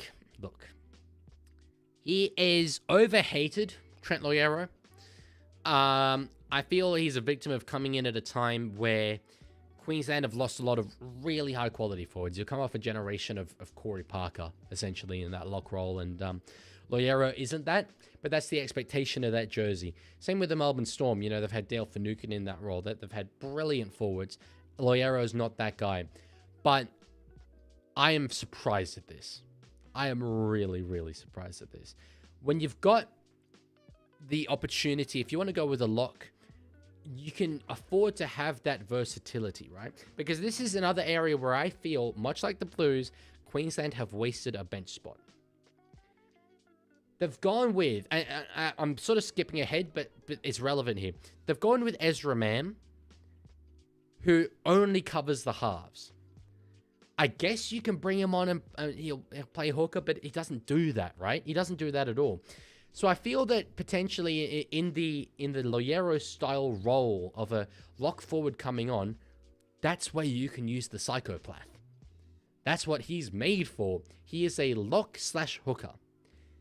It's perfect. Bring him on when Harry Grant's off the field, right? Because you want to give Grant a spell throughout the game. Plath will play hooker. Does a great job there for the Dolphins consistently. And then Plath can play a bit of lock as well when Grant is on. And you can have a real 1-2 punch. Sure, it's two sort of smaller forwards. But when you've got Tino on the field, when you've got Flegler on the field, and ideally when you've got Tommy Gilbert on the field, then that would be fine. But I feel that they've almost put themselves in a spot where they have to pick a bigger body there. They can't go with the Psychoplath because of the middle forward selections that they've made to start the game. And because of having Ruben Cotter in at the back row. This is kind of the way that they have to go. Can see Trent starting and Plath on the bench. Yeah, I could see that. I spoke about starting not Clifford. I spoke about starting Carrigan there, but Loiero could just as easily. But frankly, if Loiero's starting at lock, I'm like, good as gold if we're a blue. Again, we should be sending higher quality forwards his way, but even with the ones that we do have, I'm like, there's a little opportunity for us because Loiero's a good player, but I am surprised, and I think towards the back end of his career, we're going to look back and be a bit surprised at how consistently he has played Origin when you have high quality options available. Luki Finafuiaki. Even a Jaden Sewer, right? I've got a list here of players who are match fit according to NRL.com, but not selected. Jaden Sewer would have been a good shout. Ben Hunt omitted, but could have been a good combination there of the Mam and Loiero role if you then move Plath to the bench. Corey Horsburgh, surprised he's not there as a middle forward. Does a really good job at the Raiders. Ethan Bullymore, destructive through the middle, great leg speed. Might have gone him over Loiero as a bit of explosivity if you don't have Finafuiaki or Luki there. But anyway, like, would have been a better pick, as Ralph says, I think, than Loiero. Isn't Sewer suspended? Look, maybe, but NRL.com, blame them, not me, all right? As a content creator, I should be able to trust the league themselves for information on it. So if they haven't included it, then I'll just cut that out. But yeah, apparently he's available for selection now. So Kobe Hetherington might have been another good pick. Has done such a good job at Manly. Loiero's form just isn't there. I have been really surprised to see him there. And it's one, I alluded to this earlier, but they have the pick and stick mentality, but they apply it really like inconsistently. And this is a spot where they've definitely applied it. In my opinion, and it maybe wasn't entirely deserved. Brendan Piakura, not a like for like, pretty much limited to playing on an edge, but could have done a job as well. Unironically, Cohen Hess would be better for Queensland than Loiero. Is he fit? Did he play against the Roosters? I can't remember, honestly. I've wiped that game from my memory, but I won't get into that. But surprised at this one. My God, this has gone a long time. We'll go for 2 hours. We'll go for 2 hours. We only got 2 players left, but we'll go for 2 hours. Easy. Mam. Oh, hang on. Why is it not switched? Mam is next up, and I have touched on this a bit, but just to cover it for the video. A player who really, I think, is limited to playing not even 2 positions. Like, he's limited to being a 5'8". I wouldn't be playing him as a halfback. If Sam Walker goes down and you're bringing on Mam and you have a combination of Mam and Munster, like, I feel that there's not enough direction there. We saw him fill in at fullback in Magic Round when Walsh went off, and I guess he can do an okay job there, but you wouldn't want him doing that role if, you know, you had the choice. That's where a Kalen Ponga would have been so effective if you had started Reece Walsh at fullback, because Ponga could have genuinely covered, I think, probably both halves positions at a pinch, but specifically the fullback role. And really, as I said, he's come on at lock and origin before, would have done a decent job in that department. But the one that stands out to me as being even more clear, it has just been raised in the chat, is Jaden Campbell. Campbell can play 7, Campbell can play 6, Campbell can play 1 at an incredibly high quality level. Can do all of them. Has done all of them. Would be primed for an Origin debut, and is informed that is at least as good as Ezra Mam. His Titans aren't doing well, but he's trying his heart out. I'm surprised to not see him there. I'm really surprised to not see him there in this role, because when I was going through and picking my sides, I thought, okay, your option there on the 6-man bench is either Kalen Ponga or Jaden Campbell. If you want to play Ponga at fullback, Campbell's the man. And they've gone with Mam. It's surprising. It's really surprising. And this is one where I think that they've just limited themselves. Laurie Daly spoke a lot about the need to have versatility. It's weird. The versatile selection just hasn't been made here whatsoever, with Mam being the play. Mam will get booted into oblivion if he ever came onto the court. Well, he probably will come onto the court.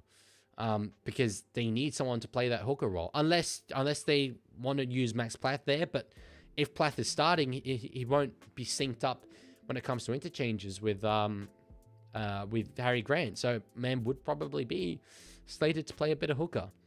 It surprises me. Willison's also eligible for Queensland because of the new rules. Another big body they should have used instead of Liero. He was not on my radar. I didn't know he was eligible.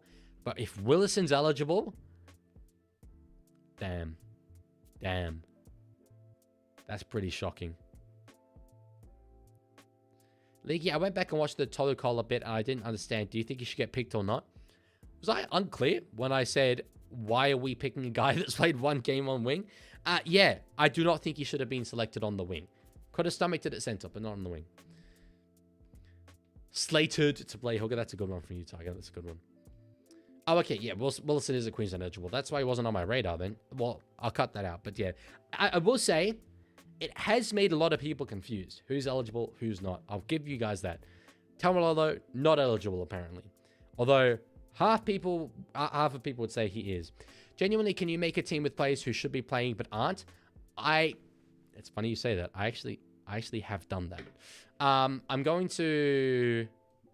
Can I put it on screen? I can probably put it on screen. Show you my notes for this that I've been reading off. This won't make the video, by the way. But I've misspelt some people that like Talangu. I know I was typing this super quickly, but this is a B team of players who I believe are match fit. Again, according to NRL.com, are match fit, available for selection, and were not selected. So and it's sort of picking a similar style that Billy might have wanted. Obviously, in some positions, like, the better selection has been made. Kurt Mann probably shouldn't be playing Origin at the moment. Ben Hunt is a little past it, I think. Filsami wouldn't have picked him. Holmes obviously wouldn't have picked him. But some of them are a bit of a surprise. If you want to see this team, just like pause it. But I'll go back for now to the other one. As for where I'm sitting in Origin, cannot remember, but I'll send a message on the Discord when I'm there. Would have loved to see Tommy Chester. He runs like Kool-Aid, man. I'm a Chester enthusiast, but he's come up with a few too many poor errors in recent weeks, unfortunately, for him. Why didn't Slater pick Pretty Boy? I'm so happy he didn't, but I thought he would be picked. Assuming you mean Walsh. Yeah, I don't know. But I have just spoken about that, so I won't get into too much more depth. But yeah, it would have made, I think, a lot more sense, and I think you could have genuinely gone with both Walsh and Ponga. So yeah, just checked. He moved to Australia at 15, so he is way off. Willison, clarify. All right.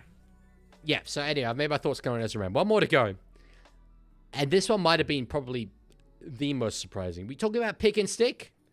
Well, you're picking and you're sticking, folks, because Gemma Shibasaki, look, I really hoped that he wouldn't be a one-season wonder, and he might not be, right? He's back in first grade.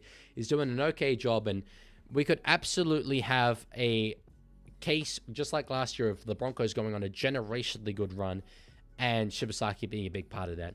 But he has struggled this season to back up what he did last year. The expectations around him are fundamentally different, and it's got to the point where he's missed a lot of first grade. He's played reserve grade. He's played cup due to form. To see him picked there, yeah, a decision, certainly one of the decisions that I think has probably ever been made. I think maybe if you had, say, Coates available on the wing, you would have then had Cobbo picked in this role because Cobbo is a wing center fullback. You can do all of them. So potentially from game 2 onwards, that might be what we see. But to see Shibasaki there, not the worst selection in the world. I'm just a little bit surprised that they haven't gone with more form in that department. But if Shibasaki's called upon to do a job, let's say, I don't know, let's think, maybe one of our centers, head highs, Kalen Ponga, a few minutes into the game, get sent off as a result of it, and the Hammer's required to move to fullback. I'm not thinking of any specific scenario there, by the way, just purely vibing it. Shibasaki would be expected to come on at hooker, and sure, sorry, not hooker. Shibasaki would be expected to come on at center, and sure, would be sending traffic his direction, but just the magic of that maroon Queensland jumper, I feel he'd do a job, and that pisses me off, but I feel that he would. Anyway, do you think there's a future where Trindle gets a run of the squad? I don't, unfortunately. Good player, but the future is Walker, Deard, and Mam. That's the trio. We'll see rotations of them, let alone guys that will be coming through the grades in years to come, and guys like Jaden Campbell, who I feel is a good spot there. I don't think Trindle, unfortunately, has come along at the right time to make Origin. All the people you're asking me about with Blues, like I've covered that, and I will be making this into a edited video, so you'll be able to see it then, but I won't go into it. Queensland should go to the NRL and apply for an exemption to get Herbie Farnworth in. That is, I think, maybe the most woke nonsense I've heard in my entire life. What? You want an exemption on Origin eligibility rules? What, the rules don't apply to you? Damn. Look, no. There's a point where Origin does become just an all-star game, and that would be that point. So, lastly, just very quickly, I've spoken about him so much, so I won't touch on him, but Kulikefa Finafiliaki has been one of the form back rowers in the competition. Probably should be in the starting side. If not, probably should be on the bench. The fact that he's only listed on the reserves is surprising to me, and I would not be surprised in the least if on game day we do see him come on into the side somewhere. There's a lot that will change in this Queensland pack. At least there's a lot I would change in this Queensland pack, with Plath coming onto that bench. That then shifts things around with who you want to start at lock, gives you options there in the back row position. So I think that we'll see Finafiliaki play a role, but if he doesn't, it's incredibly surprising. NRL Head says, I think it's already an all-star game. I think it's a little... I think there's a... I'll get off the Finafiliaki page to have this conversation, because it's a bit deeper, but I'm happy to have it. The media narrative around them not being real Queenslanders, or how, like, you want a kid who's grown up there and you know, idolized you know, Origin legends of the past, and knows what it means to be a Queenslander playing that role. This is a big accusation, but I think it seeped in a degree of racism. And there's going to be a lot of eye rolling. And by the way, this is not going to make the edited video. This is me rambling on a live stream. But I genuinely believe that if you boil down that argument, I'm not saying that you're anyone who makes it is a racist, but I think that the media narrative around it that's made it a conversation comes from a place of a bit of racism. If you boil it down, it's this kid who came over from another country isn't capable of being a real Australian. Isn't capable of feeling what the typically white kid growing up in rural Queensland is capable of feeling, which I find a remarkably intolerant view. I'm someone who is mixed race.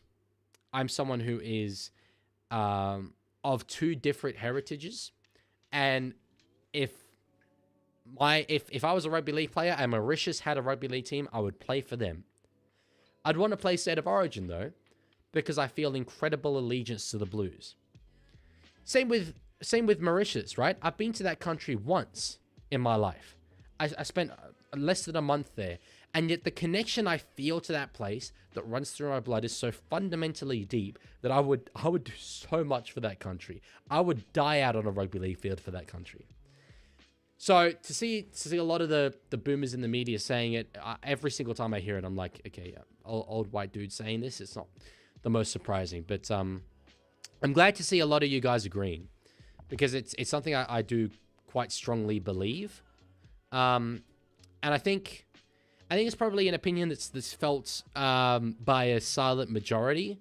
But if you come out and say it, you're called a big wokey, which I already am anyway. I might just make a point about it. But yeah, I'm glad it's redeeming to see a lot of you guys agree, because I've been thinking and I've been like, am I going a bit insane? Is that a bit far? But no, I genuinely do believe that. I do. Agree with you 100%. I'm NZ born and I would only ever want to play for Queensland if I was good enough. Yeah, it's not. This is the thing though. Like, it's not universally true. You can have a kid who came over. Let's say a kid came over from New Zealand to Queensland when they were 10 years old, and they see themselves as a Kiwi, and Origin maybe isn't for them, and they don't, feel the need to go out on the field and die for Queensland. That's fine as well. Those people might exist, and it's on them to probably admit that. But to see it be a blanket statement of no one, like, we have this weird cutoff, I guess. No one who came after that cutoff period can feel any allegiance, or more specifically, actually, that's incorrect, because it's come as a result of the rule change. It's a notion that no one can feel loyalty to more than one place, which is a backwards view that really doesn't have much place in a modern multicultural world. So anyway, yeah. Funny thing is, they always say it about Queensland, yet you never hear them say it when it comes to non-New South Wales born players. Sorry, you never hear them say it. Hang on, I'm not sure what you mean by that. Critter was born in Samoa and Ben Elias was born in Lebanon, yet they never cop it half as much as players like Talangi have. Yes, sorry, I get it, yes. Yes. It's true. It's completely true. But you don't question that because they're what? Real Australians? To be honest, I don't agree that it's a New South Wales or Queensland thing. I think you have seen a lot of people say that To'o and Crichton shouldn't be picked for the Blues because they want to play for Samoa. That was a huge narrative, actually, back in the day, that they should play for Australia and New South Wales, or play for Samoa. And I'm so glad that the international game won that battle with the rule change, because it threatened to destroy international rugby league if we'd forced players to make that decision, because they would have always picked state of origin because it's the biggest thing. And you couldn't have held that against them. They would have been sacrificing tens of thousands of dollars to make that decision if they'd gone with Tonga instead or Samoa instead. But the idea you can't feel loyalty to more than one place is insane. Like, for instance, I mean, let's remove it from places and just say identities. Can you not feel loyalty to both club and country? Can Sam Walker not feel loyalty to the Roosters and Queensland? Why are they mutually exclusive? So why should Queensland and Tonga be mutually exclusive? It doesn't make any sense. It's more of an Islander/white thing. You never hear it about Moses, but you hear it about Crichton. Yes. Which runs back to my point of, I think it's steeped in racism. I do. So anyway. Look, thank you all for that. I will leave it there. I've not been looking at the view counts throughout the stream. I never do, but apparently they've been very high. I hope, for those of you that are still around, that you have enjoyed it. This was not supposed to be anything big. I was just kind of recording a video and I thought 10 people might watch while I do it, me ramble a bit. But I'm amazed that it's been 2 hours and your contributions have been absolutely brilliant. So thank you very much. We'll be streaming this weekend some watch-alongs. Won't be able to do a lot of them. I'm going up to Sydney for a wedding. But I do watch-along live streams, so pretty much every single game, and they are so good. They are the best content that I make. So if you aren't, a regular viewer of those, come along for them, because they're absolutely incredible. Anyway, I'm going to work on this video. I've got a video coming out about Magic Round as well. There's a reason I haven't spoken about it much, but it was one of the greatest weekends of my life, and I had such a good time meeting so many of you. Genuinely, I was trying to keep count of how many fans I met and how many selfies I got with people. After about 2 hours, I realized there is no point, because there was so many of you. It blew my mind. So thank you so much. Anyway, thank you so much for being here. Thank you all for hanging out. Much appreciated. Take care, and I'll talk to you all later. Goodbye.